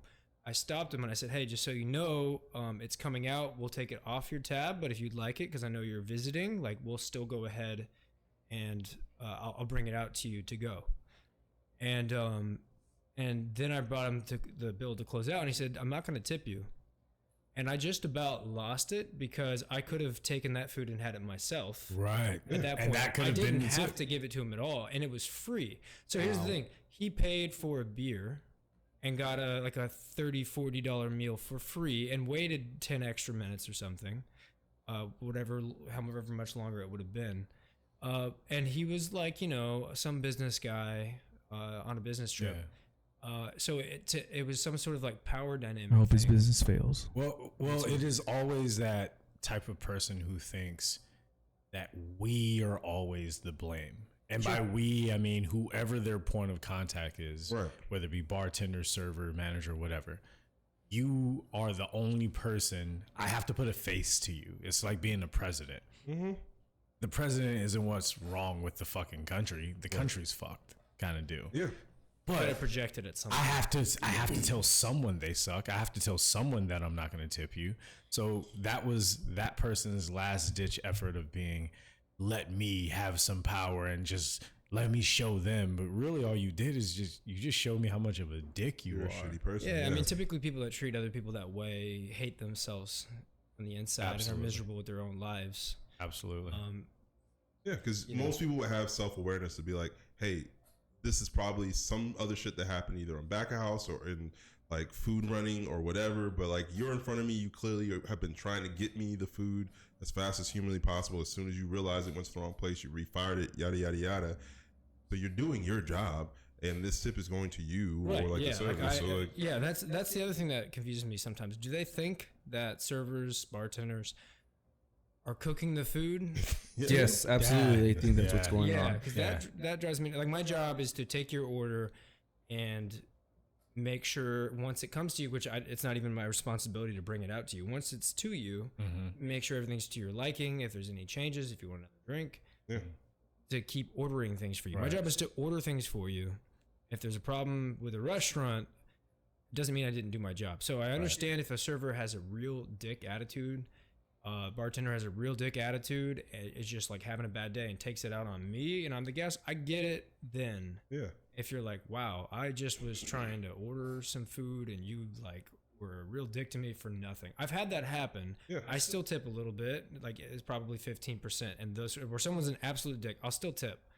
I tip really well if someone's great, and I tip, above average if they're doing their job. Right. But if someone's an absolute dick to me, it's like I'm still like, you came in and did your job, and I ordered something and you brought it to me. And I don't know what may have caused you to be this way with me, even though I'm not the source of this. Right. But to me, it's a part of going out to a restaurant or bar and having food out and having people bring it to me.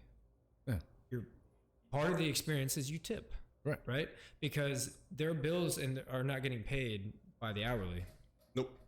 So that's like, if you want to go out and be treated like royalty, having someone come and fold your napkin for you and place it back on your table and bring stuff out to you like you're royalty, and you want and the whole explain experience. the entire fucking menu to you, Right.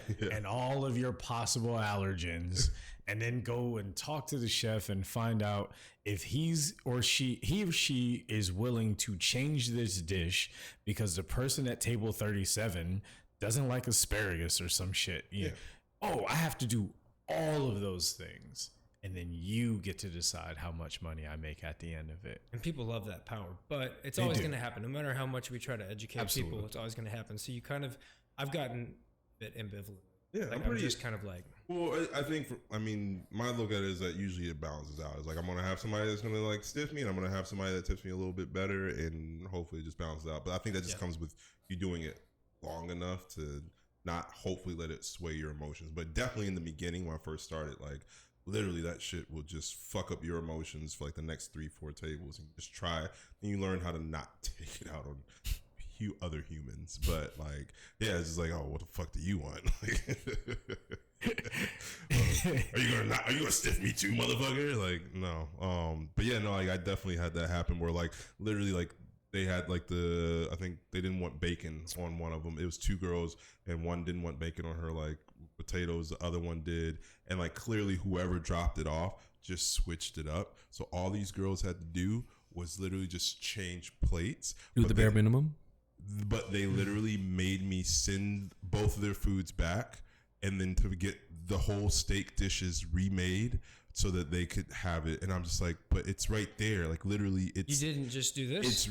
I just could tell that like me touching their food, I just could tell that wasn't going to be it. Do they wipe their own ass? I don't know. And then did you think about just taking it and setting it under the hot lamp for like a second? It didn't like just. That's what I would have done. But this is like around like COVID times too. So I think like that, like once something comes out to the table, we couldn't bring it back to the kitchen, that kind of stuff.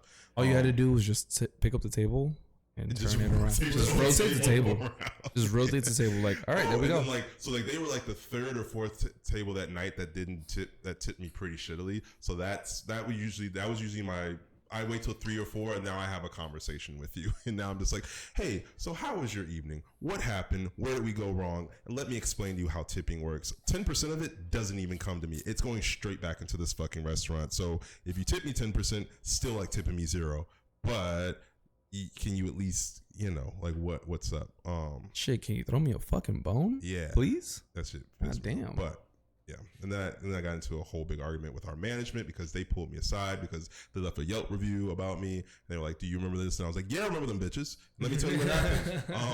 And they were like, "Well, do you know why you can't bring up tips?" And I was like, "Do I know why you guys don't protect us as servers from actually getting the minimum that's just due to us for all the points of service that you expect us to give to these all god awful guests?" I know that, and so me and that manager got into it. Yeah. That's an air horn moment right there. We need some kind of air horn. God bless Christoph. Speaking of moments, oh, what's your 151 moment? Oh yeah, we did talk about that 30 minutes ago.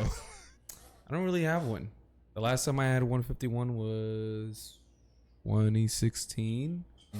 Was at Universal and doing not shots. They had 151 at Universal? No, they brought well, it's because it was during their Halloween stuff, so they had like pre-made like fucking Wait, what? batch cocktail. Really? Yeah. 151 was at Universal? Not 151, Oh, but like okay. you could have a shot of 150. Yes and no. This was in Orlando. Okay. Yeah. Florida. So Florida. Yeah. Florida. Okay. Florida, baby. Okay. Yeah. So like it was just after every haunted house, because this was during Halloween. So after every haunted house, took a shot, and then had like I think it was like a zombie or a hurricane or whatever that with an extra shot. That was Sick. it. So by the end of it, I was pretty Yeah, lit. pretty wasted. Yeah, and it didn't help that the last haunted house I went through was the Walking Dead one, and the last room was like mannequin zombies, but also actor zombies, and one of them brushed my shoulder, and I flipped the fuck out, and I just ran. Oh, that's better than me. I think I would. That was it. I wasn't like drunk, but I was feeling pretty buzzed. Word. Hit you fast. Yeah, but that's it. I don't have any crazy 151 stories. I'm glad I don't, because I feel like a lot of them would be involved with setting shit on fire. You and this fire thing. Dude, I'm a pyro. Loves man. fire. Yeah. I've got a good little bit. fire story involving. Well, it Love wasn't to 151. fire It was shots. Everclear, which is like Ooh, tell me where Yeah. to go. the drunken uncle of 151. It's flavorless. It's like a vodka, but it's basically rubbing alcohol. It's literally like 10% away from being rubbing alcohol. I just Yeah. think about jungle juice every time. Actually, my first time drinking, I told you guys, was the Everclear. Mm-hmm. really. Yeah. That's why, I was in high school. I was like, I'm never drinking again. This is awful. And then I got to college and I found Malibu. Oh, It's Everclear is like Complete 190 opposite proof. end. 190. Wow. Yeah, it's 190 like proof. 10 away from being fucking rubbing alcohol. But the thing is, it absorbs, because it's Everclear, Yeah. it absorbs flavor. So throw it in jungle juice, and you think you're drinking Hawaiian punch all night, and actually, you're not. You're getting punched by Everclear. Yeah. I worked at a daiquiri bar that had Everclear and 151 and like all of their daiquiris. College bar, Tallahassee, Florida, right? FSU. College Florida. Tallahassee. Yeah. Of course. FSU. Party Goddamn. school, yeah. So we had been there and we worked there and we were off and we got like a bunch of free drinks and stuff. So we went back to my friend's house where like a bunch of people lived, and we were setting up to do shots. And he's like, "This is Everclear," and so apparently it's a thing down there. And he lit them all on fire. And at this point, I am already like lit. You did not. You did not. I didn't. You did not. think that maybe logically. Oh God. One might blow out the flame before taking the shot of flaming Everclear. But to be the brave and courageous one of the group, and to show off for the girls, I jumped up and grabbed one. Of course, these were like really tall double These shots. are like doubles, yeah. Yeah, and like grabbed it and went to take it, but it was still flaming, Fire! and I missed half of my mouth with it, so I just had like flame pouring down my throat and face. I didn't have any substantial burns. It didn't hurt my mouth or anything, but I did take a shot of flaming Everclear while still flaming, and it went all over me. I was also 18. Jesus. And yeah, like Only I in said, Florida. Yeah. Only in Florida. Good old Tallahassee. God damn. Tallahassee's what, up north? Tallahassee. In the middle? North. Tallahassee. That's crazy. Well, I have two things. Tallahassee. Back to Orlando. I don't know if you guys have ever done Disney World in Orlando. Epcot. Drinking around the world. Oh, yeah. Yes. my God. Yeah, that yeah, shit yeah. is phenomenal. I didn't finish it in one my day. God. But it's Oh, great. come on. You got to do it in one I day. know, but Bro, it's 26 countries. You don't remember the last quarter of it. Dude, But so- Halfway around the world, I'm already drunk. So Epcot, are you familiar with this at all? So Epcot basically has 26 countries and that are represented in this area or this theme park. Okay. It's a giant globe. Yes. And it's literally a big ass circle. It's a big ass circle of 26 countries. In each of the countries, there happens to be some type of alcoholic drink. So you can themed just for the country. for A the drink. country. They have So- beer from their So countries Germany there. is It's pretty beer, cool. China it's plum wine, Morocco I think was cocktails. So you get the theme, and so you're just doing that as you go to each country. Japan You go is early in sake. the morning with a group. You start on one side of the circle and Yeah. you work your way around. You try to make your way Yeah, around the world. and it is grueling, but it's fun as fuck. And I did that about maybe 8 years ago with a good group of friends, and It was the best time of our lives. We actually had a whole arc because 8 years ago. It was a while ago. Damn, I think we might have been there at the same time. That's crazy. I don't remember anybody else that was there. I was that was honestly about the time that I went Yeah. to. It must have been like a trend at the time. Did you drink around the world? Did you drink around the world? Yeah, because that's about the time I went. It would have That's been like crazy. 20. If we were all there around the same time, 2015 or something? I got to Ireland and That's had where to we have fell off. had to have the Guinness there and the car bombs, and I was done. So there. that's where we fell off because we because we had dinner at Japan, so we had to go back, and so we weren't able to finish it that day. I had But we dinner in went to- Japan. What if we were at the same table? Motherfucker. No, so real quick. So when we left, we were just like, fuck, we have to finish it. But we went to Buffalo Wild Wings. I don't remember what the rest of the countries were, but we basically just got a drink to represent the rest of the country. So like we got car bombs, to represent Ireland. Yeah. But ICBs. Yeah. Yes, we got yes. What And is the last country? I don't remember. Because I think we made it all the way around. I know that I like. But no one will, you're I not going lost- to remember what the last country No, was. you're Yeah. not. We started fading around Morocco. That was where things got really hazy because those are mixed drinks at Morocco. Yeah. But we like fell out. Zimbabwe? Huh? Zimbabwe? Maybe? As the last one? You gotta have a Z in there. Honestly, no idea what the last country. But I know that we as a friend group fell out somewhere around Germany. Like we literally things were coming up about people's feelings toward each other, and it got really fucking awkward. ooh. And then Drama. Yeah, no, it was dramatic. And I just remember us silently walking to another country, and then we just took some drinks, just very silent because we got to keep on going with the mission. And then somewhere around Morocco was where I think we all were just so drunk and happy that we just started kind of coming. It was like a whole story arc of the friendships that it was it's 2 girls, 2 guys, and we just were yeah, it was a great time though, but dramatic as fuck and really fucking boozy. So to bring it back on brand, what do you think it's like to work at one of those restaurants? Because you have 2 types of clients. You have the clients that come in, or the customers, guests that come in, that are normal families. The dad's having a beer because he's taking the family out for a vacation and he needs a beer to get through this. The mom is absolutely. doing the same thing but with wine. And the kids are having juices. And then you have the group of 7 people that hoard the bar, wasted, blacked out at 3 p.m. That was us. But I feel like those are few and far in between because I remember being in Epcot and I was just like, wow, this is the best time of my life. And I'm looking around and every other adult here is having the worst time of their lives. Sucks for Because them. literally they have no control over where their day is going. They're at the whim of a 3-year-old that just says, ooh, I want to go here. And then they get there and they hate it there. And then they want to try to eat this. And they don't want, literally, I just looked around. It was fucking miserable for everyone else. But my friends and I, who also, I should have mentioned, we killed a handle of Jack before we went into Epcot. Yeah. You don't need to pregame for that. Bro, you don't need a pregame for that shit. I don't know, man. We were just young and wild. And I don't honestly, know. the beers there are reasonably priced for being a Disney park at that time. And they're large 8 years too, if I ago. remember correctly. You get a large. Oh, yeah. Yeah, glass, they're reasonably priced, and the amount you get that wasn't bad. we were going in. You didn't need a pregame. But yeah, to work there, I think for the most part it's fine because you're just dealing with families and kids and such. But yeah, and then you just have us that just walk in and you're just like, well, this is going to be really fun or really horrible. And yeah, you just kind of roll the dice on that. Is there an Epcot in California? No. No. No. Oh, God, no. No, they don't have the space for it. Where Yeah, are it's they only in Florida.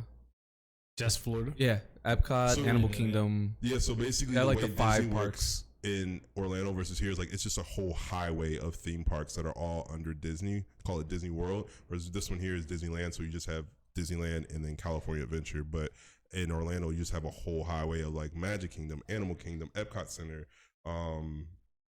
Hollywood Studios. Hollywood Studios, and you just have a bunch of them. Each one is its own individual theme park, and then They're you all have fun. Universal Jesus. somewhere there. They're all Yeah, fun. you need kind of a week to kind of actually explore them, and yeah, it's crazy. Damn. And at least 10K. Yeah. Oh yeah, because the prices have gone way up since we were there. Way up. That's Way crazy. fucking up. Anyway, yeah, 151. I think I think I did a minute of death. So there was this thing in college called a minute of death where you within What the fuck? 60 seconds you're supposed to take 4 shots of 151. Oh my God. Yeah. No. Yeah. No. I don't think I finished it. I think I got to the third one, maybe. And then I was like, At the third one, we might as well just do the fourth one, because whatever's happening after the third one's the same shit that's gonna happen with the fourth one. Not if the things are already starting to try to come up. Like, Fuck it. Well, then you're just wasting the spirit. Yeah. I'm trying to remember. I don't know what happened after I did that, to be honest with you. It's very bleak and blank. But Minute of Death? There was a thing called Minute of Death where you're supposed to take you're supposed to take 4 shots every minute. It's either 4 shots. That sounds in a little bit more reasonable. Is that what it is? Maybe I know you say it's 4 total, but maybe it's 60 seconds in between each shot. That sounds. I could do 4 shots at 151, and if I wanted to, I wouldn't live long after that. I mean, I would black out. Yeah, you're instantly gonna black out. I could do that. I could make it happen. But under a minute, I can make it happen. I'm not responsible for anything after. Yeah. I mean, I am legally, but like in a sense, I'm sorry. Yeah. I'm gone after that. In a sense, I'm sorry. Seth is no longer in the building. If you do 4 shots of 151 under a minute, there's no death. There's no afterlife. Your trace of your existence is gone.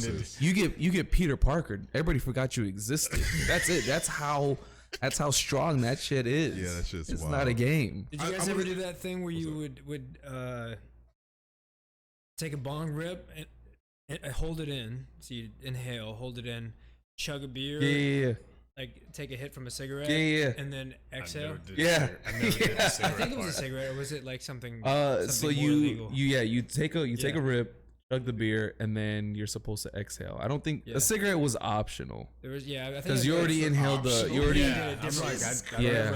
I haven't heard of it with the cigarette. Yeah, part. it's just supposed to that be involved like a bump of coke too. I mean that maybe, but I mean, it was definitely depending on the crowd you were hanging out around, But it was definitely a regional thing for sure. I think the bump of coke should have been added to the end of the minute of death, because you just gotta. Oh no, yeah, I think you're dead at that point. Yeah.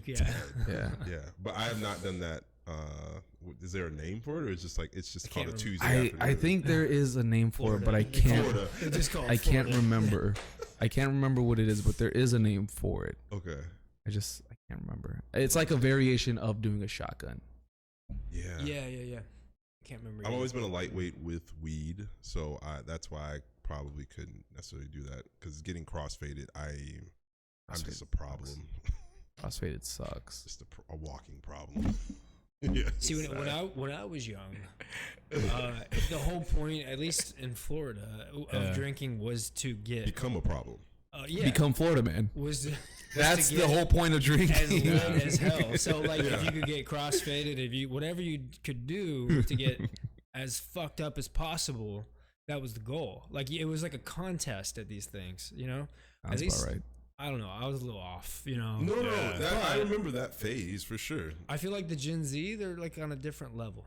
They're like, they want to be like at home in their cozy sweatpants with their TikTok, and like they're not a lot of challenges. Damn, like, honestly, it's weak, bro. Like these. No, we were really drinking. God damn it! How dare you be responsible? Go risk your life. That's what Seth is saying. Yeah, get out there. Do something dangerous. Face death. God damn it! But don't drive. Don't drive. Or That's the do important drive. part. No, don't drive. No, Don't don't drive. No, don't drive. No drive. Unless you're the designated driver. Unless you're the DD. There you go. Yes. Boom. There you go. Drink responsibly. Drink responsibly, everybody. Absolutely. But drink. Go out. Be, Yeah, because we need. Yeah, you have right a good now. story. Have a good story to tell. Yeah. I want to be where the people are. Keep going. Walking around, singing and dancing. That Running reminds. around on those. What do you call them? Feet. Sorry. Okay. And we're done. Wow, that reminds me of a story. How did that This remind one you of dude- a story? What story did that remind you Little of? Mermaid, is that the story? No, Because it that's was from the. It was the getting Okay. fucked up as possible part. It's not a long story, but basically, a friend of mine had a party, and one dude who doesn't drink as much like you said, like Gen Z does, he got a little too fucked up, and he tried to go to the bathroom, but he was too like he kept saying he had to piss. Yeah. But he was immobile at that point. So me and another friend had to like hold him up and try to like get him to like, unbutton and this and that. And then he couldn't hold it in, so he ended up pissing himself. Oh. I've done that. So then me and him had to change him. Oh damn! I was gonna say, what You kind gotta of, just put him in the shower. Oh, bro, I didn't change his underwear. I just gave him one of my homies' shorts to put him on it, and then I put like stuffed his shorts with paper towels to like You, absorb the piss. Oh man! Jeez Louise! And then we put him on the couch and left him there. Turn on his side. Of course. in case he But throws up. I just remember like taking his pants off and like fucking holding up his Oh underwear my and then God. pulling on the shorts and then throwing a bunch of paper towels just in there and then tying up the shorts so it was like, compact to absorb it. And then we carried him onto the couch. my only question This is the only time I took a man's pants off. what And that is the sort of last friend time. doesn't hold it for his friend when he's too drunk to? No, Yeah, dude. this type of friend, because I ain't holding shit. No, dude. You just. He wasn't my friend. He was an acquaintance. Calls. I had just met him that night and I took his pants off. I feel like no. Yeah, I feel like for me, like if one of my friends had been doing that, it would have been like, have a good night. We're gonna like set you in the bathroom. Yeah. Shut the door. If you pee yourself, like that's all on you. Yeah. You can't handle your Just sit shit. you on the toilet.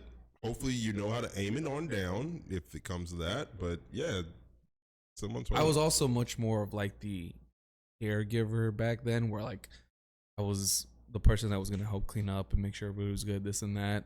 But then as I got older, I'm like, fucking figure it out. We're all adults. What's your zone? You can't handle it? Nah, too bad. Like when you go out and you're trying to hit that sweet zone of like, not drunk, not acting wild, I'm not blacking out, but I'm also like Between I feel buzz like and it depends tipsy. on how long you're out. Wasn't tipsy. When you say what's that Exactly. zone, are you asking like how many or what you? For you, like whatever it looks like, do you like to get to like that 4 or 5 drink level where you're kind of feeling a little drunk, but you're not quite drunk? I like to hit like that 2-3 drink spot. I think that's ideal. That's for like me. where I tend to live at. Every now and then I mess up a little bit. You know, Yeah. it's been a week. And then I think a few of you guys might have seen that. Maybe. No. But yeah, that's my zone now. Is like 2 to 3. If it's Yeah. a really long evening and I'm out for a while, maybe 4. But I think I had taken about like a 3-week, month-long break, and then when I came back to drinking from that, my tolerance was pretty low, and so 2 or 3 is kind of my max if I'm just having like a good night. However, what happens is you go out with like your usual drinking crew and your homies, and you escalates. you overindulge a little bit, and then you're just like, fuck, no. Because I also noticed for me that my range to go from like cool buzz to like browning out, it happens really quickly. Right, or yeah. like the liquor, the last 2 rounds will hit me all at once. What's browning out? It's like It's right before blacking out. We're like Oh. you like have flashes. it Like was blacking from- out. It's Always Sunny, right? That's where it came from. I think so. It probably Yeah. did. I don't watch it, but I know See, I you heard like- it. I thought you that meant you remember- shit yourself. No, you remember patches of the He wore night, the but you're brown not like pants. fully blacked out. Got Like it. you don't just go full. I don't even remember what happened after 7 p.m. yesterday. It's like I kind of Slideshows. remember talking to somebody, Slideshows, but got I it. don't remember what we talked about. You know that PowerPoints. Yeah. Got it. Yeah, that's what I call brown. God, I don't even like I remember that. here, I remember there. Yeah, that type of thing. And I just know, even though I'll be drinking I'll be drinking at a decent pace, it feels like everything will catch up to me kind of quickly all at once. I'm like, oh damn, and now I'm here. And so like that 2 to 3 range is usually like the best for me. That's pretty much where I stay at too. Yeah. Yeah, right around there. Do you have a crazy story about Sunday? About 151? Sunday. About Sunday? I still wanted to do my 151. Bro. Yeah. Oh, you haven't? I thought you did. Strayed away from it so many times. I thought when you asked me, I thought it was the last one. My bad. Go I ahead. was over here dozing off. I was like, when are they gonna get back to me? This is I a know man they who can has see it. more They're than like, one nah, bar. I'm just chilling. I'm just like, really just I'm knocking just out over chilling here. because I was like, I got my story like Yeah, teed up, ready to and they're tee not up. coming back to me. But I was like, I don't want to lose it. So you know, when you focus Yeah. on something so hard, Like you you've wanna been hold it. drinking. Thank you, sir. That was a level I was at right now. Let me get some of that though. Boom. Thank you. Celsius, hey, sponsor us. We'd like a sponsorship from Celsius. Yes. Thank you. So, my 151 story. Seth actually heard this the other day. Ooh. So, I got introduced to 151 when Flamin' Dr. Peppers were a thing. Oh my God. Yeah, you remember? love You remember when that was a thing? I don't. Oh no, damn, he remembers. Yeah. Okay, you remember, right? Because you told me. I don't think I might have heard of it, but I don't remember doing it. Yeah, it was just you were taking 151, you'd light it on fire, which he enjoys, and then you just bomb it into a beer and just take the shot. But when you did it, no matter what beer you use, as long as it was a light lager, it tasted like Dr. Pepper. I do think I've heard of this before. I forgot about that. Yeah. So I got introduced to 151 because I had a friend that I work with at a warehouse. And so we would get off at 2 a.m. We worked weekdays or whatever. So on Fridays, it would be like the start of our weekend. But of course, we'd be starting later than everyone else who got off on Friday kind of do. Right. And he was like, yo, come to my house, play Madden with me, this and that. And then I introduced you to my brother-in-law. We could play Madden over there. I was like, bet. I don't know how to play Madden. Cool. Yeah. And then I go over there, and we're just playing Madden. It's like 2:30, 3 in the morning and shit. And we're just doing flaming Dr. Peppers. And we're just knocking them back. And I'm getting fucked up. Yeah. And then I started noticing I'm getting tired, just like I was a couple minutes ago. And then he was getting tired. And he's like, oh, man, I'm starting to get sleepy. What about you? I was like, yeah, me too. He's like, I got something to keep us up. And I was like, bet. Cool. Let's go. Next thing I know, this motherfucker pulled out a crack pipe. Yikes. And just literally started smoking crack in front of me. Yikes. Like no big deal. Yeah, like nothing. He was like, you want some? And I was like, nah, I'll stick with the 151. Yeah. So I had to make a decision that day. And I think I chose wisely by going with the 151. I'm going to go with yep. Yeah, but then I think I took like maybe one more shot. And this is back in Phoenix. So this is one of those apartments where the gates weren't automatic. Way back then, they were open from this time to this time. So I happened to be there at a time where I couldn't leave. Plus, I'm fucked up, so I can't leave anyway. Right. And I'm so fucked up, I don't remember where my car is in the parking lot. Jeez. So I had to wait until about 7 a.m. to like get my shit together in the sunlight, find my car, and then drive home. Those drives home are the worst. Yeah. Like after a weird night like that. Those crack drive homes are the worst. You're absolutely right. Yeah, I mean, like, you know, you just had this weird experience with your friend, and then you can't find your car, and then you can't get out, and the sun's coming up, and you're trying to sober up, and you don't want to get in trouble on the way home. And you've had so much 151 that you don't know if you saw what you saw, but you know you saw what you saw. Yeah. So yeah, it was one of those. Nah, you know when you see somebody doing crack. Well, yeah, there are signs. The smell is very distinct, but then also you're just kind of like you being stuck with the awkwardness of now you know your friend does crack, and like you still got to sit there and be like, well, he's just doing crack next to me. Load up the next game of Madden, I guess. Hey man, remember you can't go your work friend too, right? You worked with the guy. Yeah, so I worked with the guy. him after. So I still had to work with him, knowing that. Remember that time you did crack? That was weird. My favorite part of the story was that when his friend did crack. Yeah, my friend fell asleep after doing the crack. He fell asleep regularly. No, right. But even worse, because I passed out. Thank you. I passed out praying to the porcelain god, of course, because I've been drinking 151. When I came out of the bathroom, he was face down, ass up in the air. I was about to say it, but I was like, no, it really was. He was literally face down, shoulders down, but his ass was up in the air. Like he was sitting like, and just like crisscross or something, just sitting on his knees smoking and passed out. And I walked out and I saw that, and that's when I was like, all right, I gotta leave. Was it 7 a.m. at that point? Well, yeah, I mean, the sun was up. That's why I could see him. I walked out because I fell asleep at the toilet. You know what I mean? Fair. Yeah, that was a fucking rough one. That was a rough one, and it's really hard to go back to work and look at you the same. Yeah, but the thing is about that is the progression of it, because it went from just like, hey man, want to come over and play video games, to like. And I did for several years, but we never talked about the crack. So I respect his decision. I said no once, and we never talked about it again. Did he never brought it out again. Did he keep doing it in front of you? Not in front of me. Oh, okay. I never went to his house again. Because what blows my mind. Oh, okay, I got you. I never went to his house again. I thought you were saying like, you it's kept not a safe playing space. Madden. Yeah. No, it's not. Yeah. And for him, where he lived was Thomas and like 16th Street.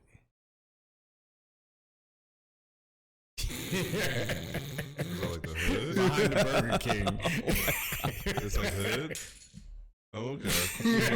Yeah. I already was, my antennas was on alert when I pulled into the fucking area. I was like, oh, I'm not supposed to be here. Yeah. Oh God, no. It was a known like crackhead area. That makes Oh, so shit. much But I was like, sense. nah, not my homie. He just wanted cheap rent. Thomas in 16. I find it Yeah. surprising how Ooh. casual he was about Oh, it. Absolutely. Like he didn't think that it would be like taboo. Or, He was crackhead casual. You're right. Yeah, yeah. No, I had a coworker that was casual about his meth use at work, and man, that threw me the fuck off, and we had to just like act like it didn't happen. I was like, you know oh, what's even crazier? There are subreddits for people that go and I don't want to say boast, but discuss their use of extreme drugs, Weird. and people are there like, oh yeah, this and that, whatever. Ooh, I'm gonna peruse those. That sounds like a good read. There's stories, actually a I'm sure. podcast out there. Just that people does are that. fascinating to me. like jokes aside Yeah. for real, like there are subreddits where I think it's literally r/meth, which they talk about, and they're like their setups, their this and that, whatever their uses. It's fucking insane. Mhm. Like for bizarre, people that are in bizarre. that, it's so casual. For us outside of it, it's like, Well, like, Yeah. yeah, my intro to meth was Breaking Bad. Like, I didn't know it was a thing. I didn't know it's like such a big thing in the country. And I didn't, so everything I had learned was pretty much from Breaking Bad. So when I met a person that did it, I was like, oh my God, I've seen Breaking Bad. Do you know what it's going to do to your teeth? It just threw me off. My intro to meth was dating someone in New Mexico and then finding out after we Ooh. broke up that they were smoking meth the whole time The whole time. because they were in a meth town. Yeah. And I remember when I dated them, I kept asking them why their teeth looked the way they did because meth wasn't as big back then. This is like 10 years ago. Right. And I was like, why are your teeth discolored in certain areas? And I remember that she used to say it was because she's like, I'm Mexican and I drink Corona. And so I always suck on limes. And I was like, citric acid does not do that to your What? fucking teeth. That was my introduction to it.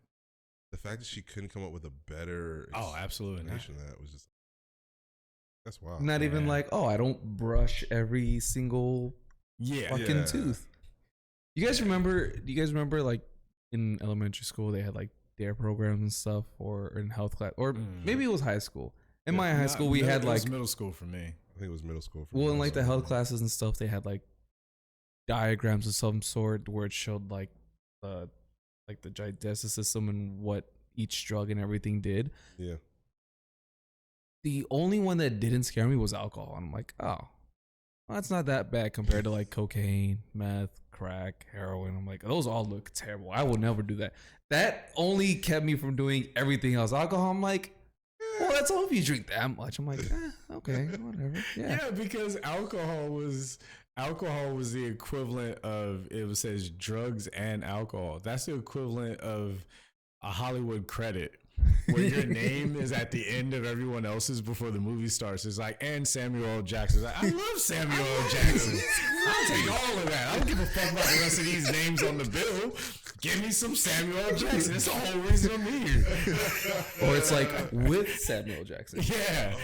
Drugs with alcohol. And also Featuring. Drugs, but also alcohol, I guess. featuring alcohol. Featuring alcohol. I prefer my drugs to feature alcohol. You know what I mean? Remixed. It's a nice little bonus. Chopped and screwed. Alcohol will have you chopped and screwed. I feel like the alcohol added to the drugs and alcohol was kind of like, well, we have to include. Yeah, throw it on there. That's Yeah. pretty much what that But was. I remember in health class just looking at all the diagrams and stuff and just thinking to myself, like, all of these look fucking terrible. But alcohol, it's like, well, my eyes would look a little fucked up and maybe my liver, but this is all in excess, right? Yeah. Yeah, these all You suck, are but alcohol, whatever. He was just trying to get me not to drink. I get it. Yeah. Whatever. I don't remember if it was in psych class or what, but there's also these different diagrams that will show you what happens when spiders are on different drugs and like the webs that they end up creating. And it's really fucking interesting. Yeah. I think there's one for like LSD, heroin, shrooms, cocaine, and it's fascinating. It's just like how crazy the webs are that they'll create based on different drugs as well. We should look it up sometime. I don't have They it also in did a front of me. parody video on that too. Oh, really? Did you see that? Yeah, No. that's what I've seen. That's the one that I've seen where they do Yeah. this and that, I and didn't then know it's it was like a real thing. I thought it was. Oh no, it was like I think yeah. in psych class or something that we were talking about it, and then they used these diagrams of different spiders on it. But I didn't know it was I based thought off that's of- how they made Into the Spider-Verse. Just a lot of spiders LSD. and LSD. A lot of LSD. Come on, I get nothing for that. Yes, reluctant. Yeah, just a little. Can you tell? I've been waiting to hear your Sunday story. Told me. I was actually gonna try to segue into it, but we can just do No, a just cold tell me. open. I've been waiting Yeah. to you just like the railroad past the segways. He's like, I gotta get this motherfucker while he's awake. Yeah, that's fair. That's fair. That's fair. Oh, I'm good now. Oh, okay, good. I just needed that. No, it literally was. I was listening to you three go off for a while, and I was I like, heard it, and I was like- this is very comforting. And I was like, oh, I'm fading. So on Sunday, actually not long after you left, you dropped by for a minute, and that's when I told you the 151 story. So not long after you left, I had a couple walk in, and the girl I kind of recognized from coming in with the guy, but the guy I definitely recognize because he comes in a lot, like a lot. So much so that I recognize her from the previous Friday, but that's not who he brought to the bar on Saturday. I was about to ask, is he always with the same girl? No, he's not always with the same girl. Of course. So they came in, and I'm gonna make the story as short as possible because there's so many different turns. No, I want But- all the layers. No, not all of them. We don't have enough time. Oh, shit. But I'll give you the layers. Okay. Yeah, like a lasagna. So they come in, they sit down, I take their order. And she says, do you want what we just had at the last place? Sure, babe. Give me that. Cool. Tequila, ginger ale, pineapple. I say that because when they told me that order, I was like, oh, it's just all sugar. Just all sugar. So you guys are just trying to ride that high. Yeah. Plus, you don't really drink. You just like to get drunk. Yeah. And you've already been drinking. And now you're here. So in my mind, antennas are up, but not in a bad way. Put the drinks in front of him. He gives me the card. Start the tab. I step over to the side. I'm doing something else. I come back. It's only been maybe 2 minutes. Then I can hear them getting loud. And I'm like, okay, why are they getting loud? Maybe they're just hyped from all the sugar. Cool. I can understand that. You're just getting hyped from your fucking sugar. Cool. Then I heard her saying, well, show me then. Well, show me. And she's Latina. Better show her. You better show her now. Because if you don't show her now, she's going to fucking pop.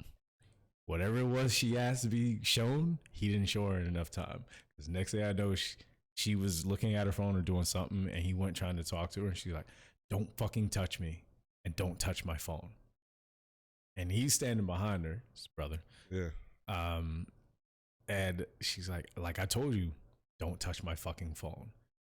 And so I'm kind of curious. She asked for something, but then is saying don't touch my phone. Because I thought maybe they were just comparing notes on their cheating, whatever. Okay. But I kind of see her screen and it's the Lyft app.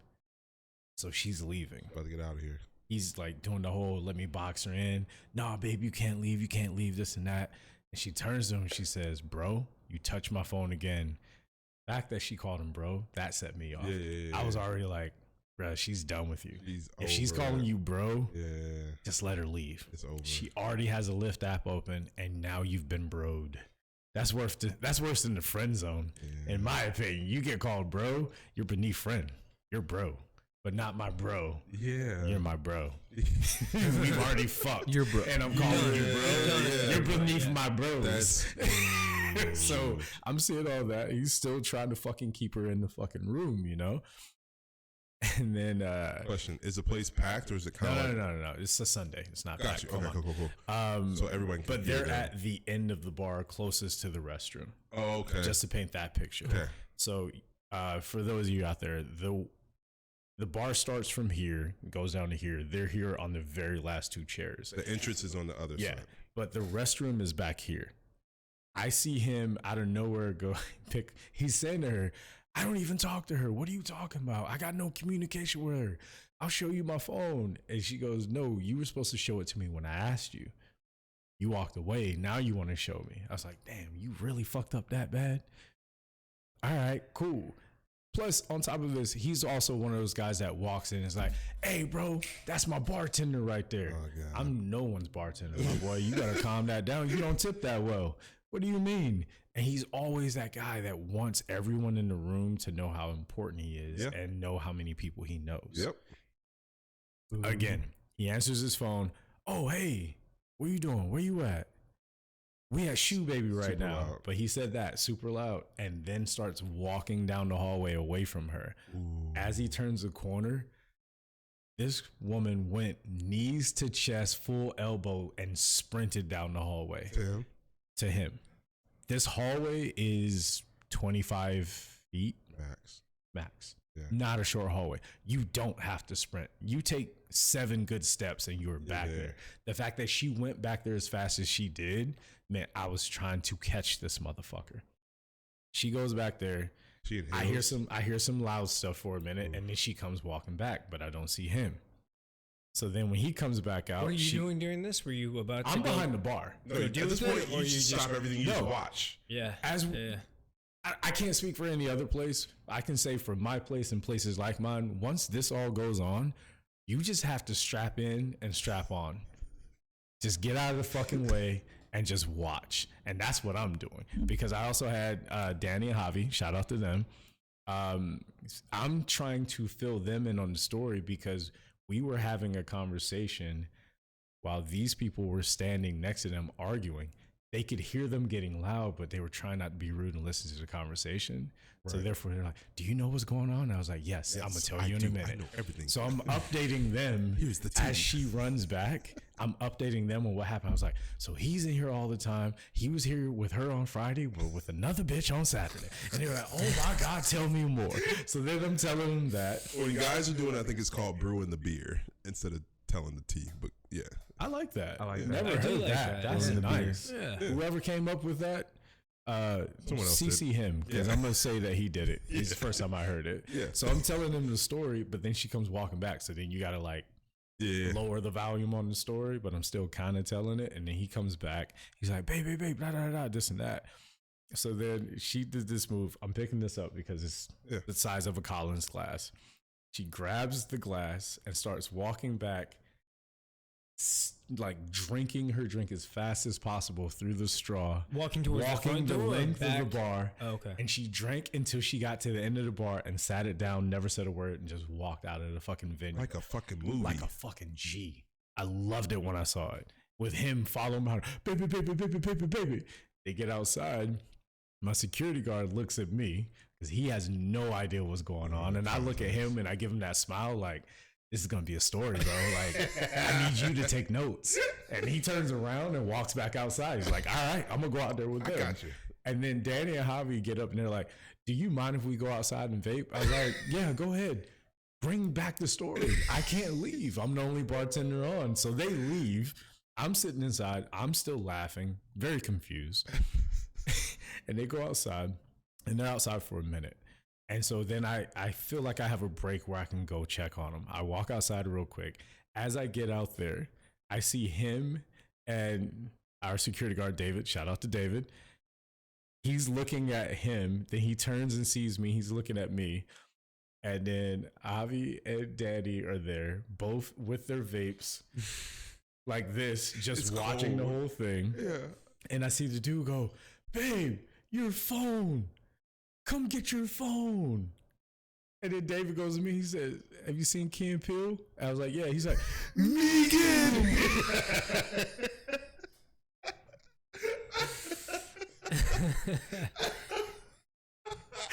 He says Megan. And I look at him and I started laughing. But then the dude looks at me and I was like, all right, I'm going back inside. I just broke back in because I was like, all right, cool. You caught me. We're all outside. You caught me. I laughed too hard. That's fine. I go back inside. I get back behind the bar. Then Danny and Javi walk back in and they sit back down. And then he comes in. He's like, dude, where were you? I was like, yo, bro, I was working. What do you mean? He's like, what do you mean you were working? You couldn't help me out. I was like, bro, help you how? He's like, well, you heard her yelling at me. This. I was like, yeah, but I was working. I wasn't listening to that. That's a lie. I wasn't listening to that. Absolute lie. And how was I supposed to help you? He's like, she threatened to punch me. And I was like, oh, she is Latina. Comes with the territory. But like, what sort of dude goes to a bartender and is like, my girl threatened to punch me. Why weren't you protecting me, bro? What am I supposed to do? Also, What do you want me to do? Punch her for also, you? Like, you were legitimately here a couple of nights ago with a different chick. So, With a different Latina. So what? Like, I have no right to actually be on your side in this No. situation. No. I don't owe you or her anything, but definitely not you. And you don't tip. So, And you don't tip. Fuck you. Yeah, I hadn't even said that yet, but he don't. so fuck you. Because he had non-tipper energy. That's how you know. Yeah. This motherfucker don't tip. Mm-mm-mm. So he's saying all of that. And I was like, hey, man, I'm sorry. And he's like, you didn't hear that whole conversation? I was like, nah, tell me what happened. So fucking Oh my bullshit. god. And he starts saying, he's like, hey, well, I don't even know. I didn't do nothing. I was like, I know what you did because I know you. So Yeah, don't I give saw me what that you line. did. Don't give me that line. Come on, man. So he She's says gone. that. We can be real now. And he says, I don't know. Out of nowhere, she just goes, ooh, I just want to punch you, bro. Or no, I just want to punch you. I was like, nah. She said, bro, if you touch my phone again, I'm going to punch you in the face. You That's what I'm quoted thinking. it back? No, in Oh, my I mind. thought you quoted it back. No. I because still you had his card. you weren't listening. Okay. He hasn't closed out yet, Yeah, so for I sure. can't be that guy. Abrasive, yeah. Like, I don't want to jeopardize the tip. So he says that, and I'm like, oh man, that's fucked up. She just wanted to punch you out of nowhere. He's like, yeah, I don't know why. She just started flipping out and this and that. She's like, oh, I just want to punch you, bro. And she's just being violent. And I was like, hey man, that sucks. So she had to go through that, that fucking sucks. Like, Yeah, and I that's was crazy. like, I still got your drink here. Do you want it? He's like, nah, I don't want that. I was like, you want to close out? He's like, nah. So then he starts going around. Oh no, actually, let me not forget this part. He goes, she left her phone. Now, again, the Megan moment. So then I was like, all right, do you want me to hold that? He's like, yeah, because I don't even want her to come back to me for her phone. Cool. Got you. Oh, Take the boy. phone. I put it on the back bar. This is a setup for later. And he starts walking around, talking to other people in the venue, telling them the story, No way. making himself the victim. No way. And then buying them a shot to listen to him be the victim. Whoa, what? Because he needed that. He needed that, just that validation of them being like, oh, bro, I can't believe that happened to you, this and that. That's how he gassed himself up That's to feel so like he was the weird. hero or the victim in this story. And so he keeps doing that. And then she walks in and I see her walk in and I'm talking with another guest and I stop the conversation with the guest. I was, hey, I apologize. I'll be right back. And I just grab her phone and I just hand it to her. Yeah. You don't need to say anything. Yeah. I saw everything, even though I'm acting like I didn't with him. Right. Here's your phone. Right. The fact that you had to go through all of that, here's your fucking phone. Yeah, I was wondering if she had gotten her lift if she didn't have her phone. So the thing is when she ordered the lift, that's why they were outside. Yeah. I skipped that part. Thank you. I missed it. But the whole interaction outside, her lift was there waiting for her to get inside. And he kept blocking the doors and wouldn't let her get in. He never did anything to her, but he just kept being like, no, come on, let's talk about it. Which, if you're that type of person that will cheat and then when you get caught, make it seem like it's the other person's fucking fault or problem, fuck you. All right? Let that person leave. Stop making your problems their problems. So fuck you, period. But now we are at this point where I hand her phone back and she just looks at me and she just goes, and then turns and walks out. Good on her. Yeah. And I was, hey, thank you for doing that. Thank you for coming back and not causing more of a scene. Yeah. Even after you told him, yo, I will embarrass you here in front of everybody. You didn't. Yeah. Cool. I'll give you that. She leaves. like I said, he's still buying shots for everybody, right? Did he see her come in? He did, but he was standing on the opposite side of the venue. Okay. And by then he knew, leave it alone. Yes. So he's still buying shots for everybody. So my bar manager, Tristan, shout out to Tristan, comes up, and I can see the look on his face. He's extremely frustrated. I'm like, Tristan, why are you so frustrated? He's like, because this asshole, while I was in the bathroom and I went and used the bathroom and was washing my hands, he says over the phone, oh, of course this motherfucker is going to pick right now to dry his hands. He's like, you're in the fucking bathroom. What else am I supposed to be doing? So, Do you want me to use your shirt? What? So he says, I'm standing behind the bar, so this cocksucker knows that I work here. I need him to understand. He was having a petty moment. Yeah. He was like, I need him to understand that's who you were talking shit to, the person who can kick you out. Right. All right, cool. So he's standing there having this petty moment. I get all that. Tristan walks away. And I'm talking to Danny and Javi, and I just want to tell this part because this is one of those things where I really fucked up because so much was going on. Jav's telling me this. He's saying something to Danny, and then I say, "Yo, can you bring me back into this conversation? I just want to be a part of this, so I'm not a part of this right now." Yeah. And then they're both like, "Oh, we're talking about your homeboy. We're talking about your homeboy." I thought they were talking about Tristan because he was standing in that direction that they were motioning to, but they were talking about the other asshole. Yeah. And they just kept calling him homeboy because they don't have a name for him. Right. And I get it.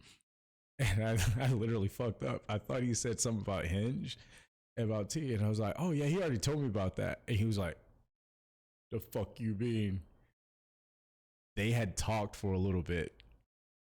And I fucked up as a bartender and fucking threw out that I knew their business, that they had talked for a little bit. Oh. So Jav is sitting there like, how the fuck do you know that? And then I was like, okay, well, I fucked up. I'm sorry. Can we go back to the other bullshit? And it's the only reason we were able to come back from me fucking up that bad. And as that happens, my other bartender comes up and says, yo, that one guy, his card's declining. And I was like, fuck, his card's declining. I was like, all right, we'll go talk to him about it. No sooner do I say that, I see two LAPD motherfuckers walk into the bar. Wait, what? Slowly. Wait, what? Oh my God. And then walk up behind this motherfucker while he's mid telling the fucking story. And I see both of them go, this guy, this guy, this guy. And then they go to talk to him and they're like, hey. Who are they asking is this the guy to? To homeboy. They're saying it to each other, but they're motioning to him. They're literally standing behind him. Yeah. And they're motioning to each other. Is this the guy? Is this the description that we got? So she's not back. She's been gone. She's gone. Okay. So apparently she called the cops and said that he assaulted her. So then the security guard was like, he never assaulted her. He never put hands on her. Because every time he would get close to being in her bubble, he would say hands, and old boy would go like this. And it just was one of those. She would say hands, or he would say? No. The security guard would say, okay, he was so saying he was hands, on like, him. don't touch her. Yeah. If you're going to get in her way and make this worse, that's one thing. But do not fucking put hands on her. Because then on him, he's like, even though you're not on property, I'm not going to allow you to put hands on her like that. Yeah. So the security guard had to jump in and say, no, he never assaulted her. He never did anything. Yeah. So at the end of the story, they're both fucking villains. Jeez Louise. Both fucking villains. Unless he had assaulted her outside of that at some point. But that is reading into a story that I'm not comfortable doing. I'm just saying that based on everything that was happening before that, to then call the cops while the person is in the venue. Yeah. Like with a made up story. Yeah. To say you're gonna embarrass someone is one thing. To then literally embarrass him and put them in a position where something else could happen as is his something card else. was declining. They deserve each other. As his card was declining. So the other bartender was like, well, what do I do? I was like, wait until we find out if he's getting arrested. I don't know what else to do. Did his card go through? That time. Yeah. And then like eventually he did that move where they moved money over. Yeah. But then he ordered another round and then it declined again. I'm like, I need you to move enough money over for you to get through the rest of your night. Whatever the rest of your night Please. looks like. They deserve each other. Well, that's what I'm saying. Yeah. They both were toxic as Yeah, they're both terrible people. They deserve each other. Jeez Louise. I hope it works out. Yeah. And they can be miserable together forever. Just don't have kids. That's all I ask. Yeah. Oh, they will. just don't have kids. They will. I He'll get her pregnant. I really hope they don't. He'll get her pregnant. Oh, Nah, I really hope he doesn't. He will. Yeah, It's I hate literally that like shit. Ronnie and Sammy from Jersey Ryan, Shore. stop. Never seen it. Never seen it. Ryan, stop. So again, that's just one of those things that you may have to deal with on any given shift. Yes. Yes, that was a long story, but It's that great, was though. my shift. It was That was my Sunday evening, layers. Sunday That was a night. Sunday. yeah. Wow. Just a Sunday. Like how? Yeah. What was the entire length of time? Would you say that whole story unfolded? Like a good 2.5 hours. That's a lot of drama. In Of 2 my Wow. shift. Yeah, about 2.5 hours. Yeah, that's a lot but of time. But your shift went hella fast, though. It did. Yeah. It really When did. you got drama like that going on, like you just everything's unfolding. Yeah, next thing I knew, I was getting cut. Like, you ready to go? I'm like, Yeah. I wrote everything down. I got all my notes. I got all my notes for the week, I have man. no more notes. Yeah, that was some wild shit. I've never, ever, even when I've seen a fight happen in a bar, I've never seen the cops walk all the way in. I've uniformed police standing in front of a bar, 10 years. I've never seen it. Yeah. Not And once. most they usually like wait till you come out or some shit. Like Yeah, exactly. Like, if anything, I would have expected them to get the security guard to come get him and tell him to come outside. But to have two cops standing behind you while you're telling a story About being and the your victim. card's declining all at the same time, man, you got to pick a struggle. You really got to pick a struggle. But yeah, anybody got anything else they'd like to throw out for, I mean, Let's save for especially next. you, because you're the guest today. Anything you wanted to talk about on the way out? Any stories or topics real quick? Not anything coming to mind. Okay. Okay. Well, you can always come back. Yeah. Yeah. I'm down. Please I think come next back. time I need to We bring need a your bottle. face Yeah. here on the podcast. Nobody can see it. We can twin again. Yeah. Next time we're Hey. both in the shades. Yeah. I mean, I got a leather jacket. We can both. Yeah. Leather Pair it up. jackets and shades next time. Yeah. bladed up, blade and blade. No.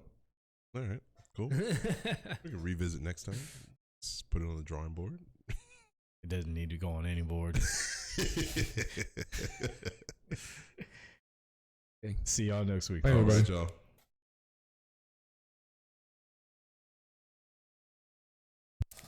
Wade. Well, Blade is Black Blade because it's already BL. You just said Black Blade.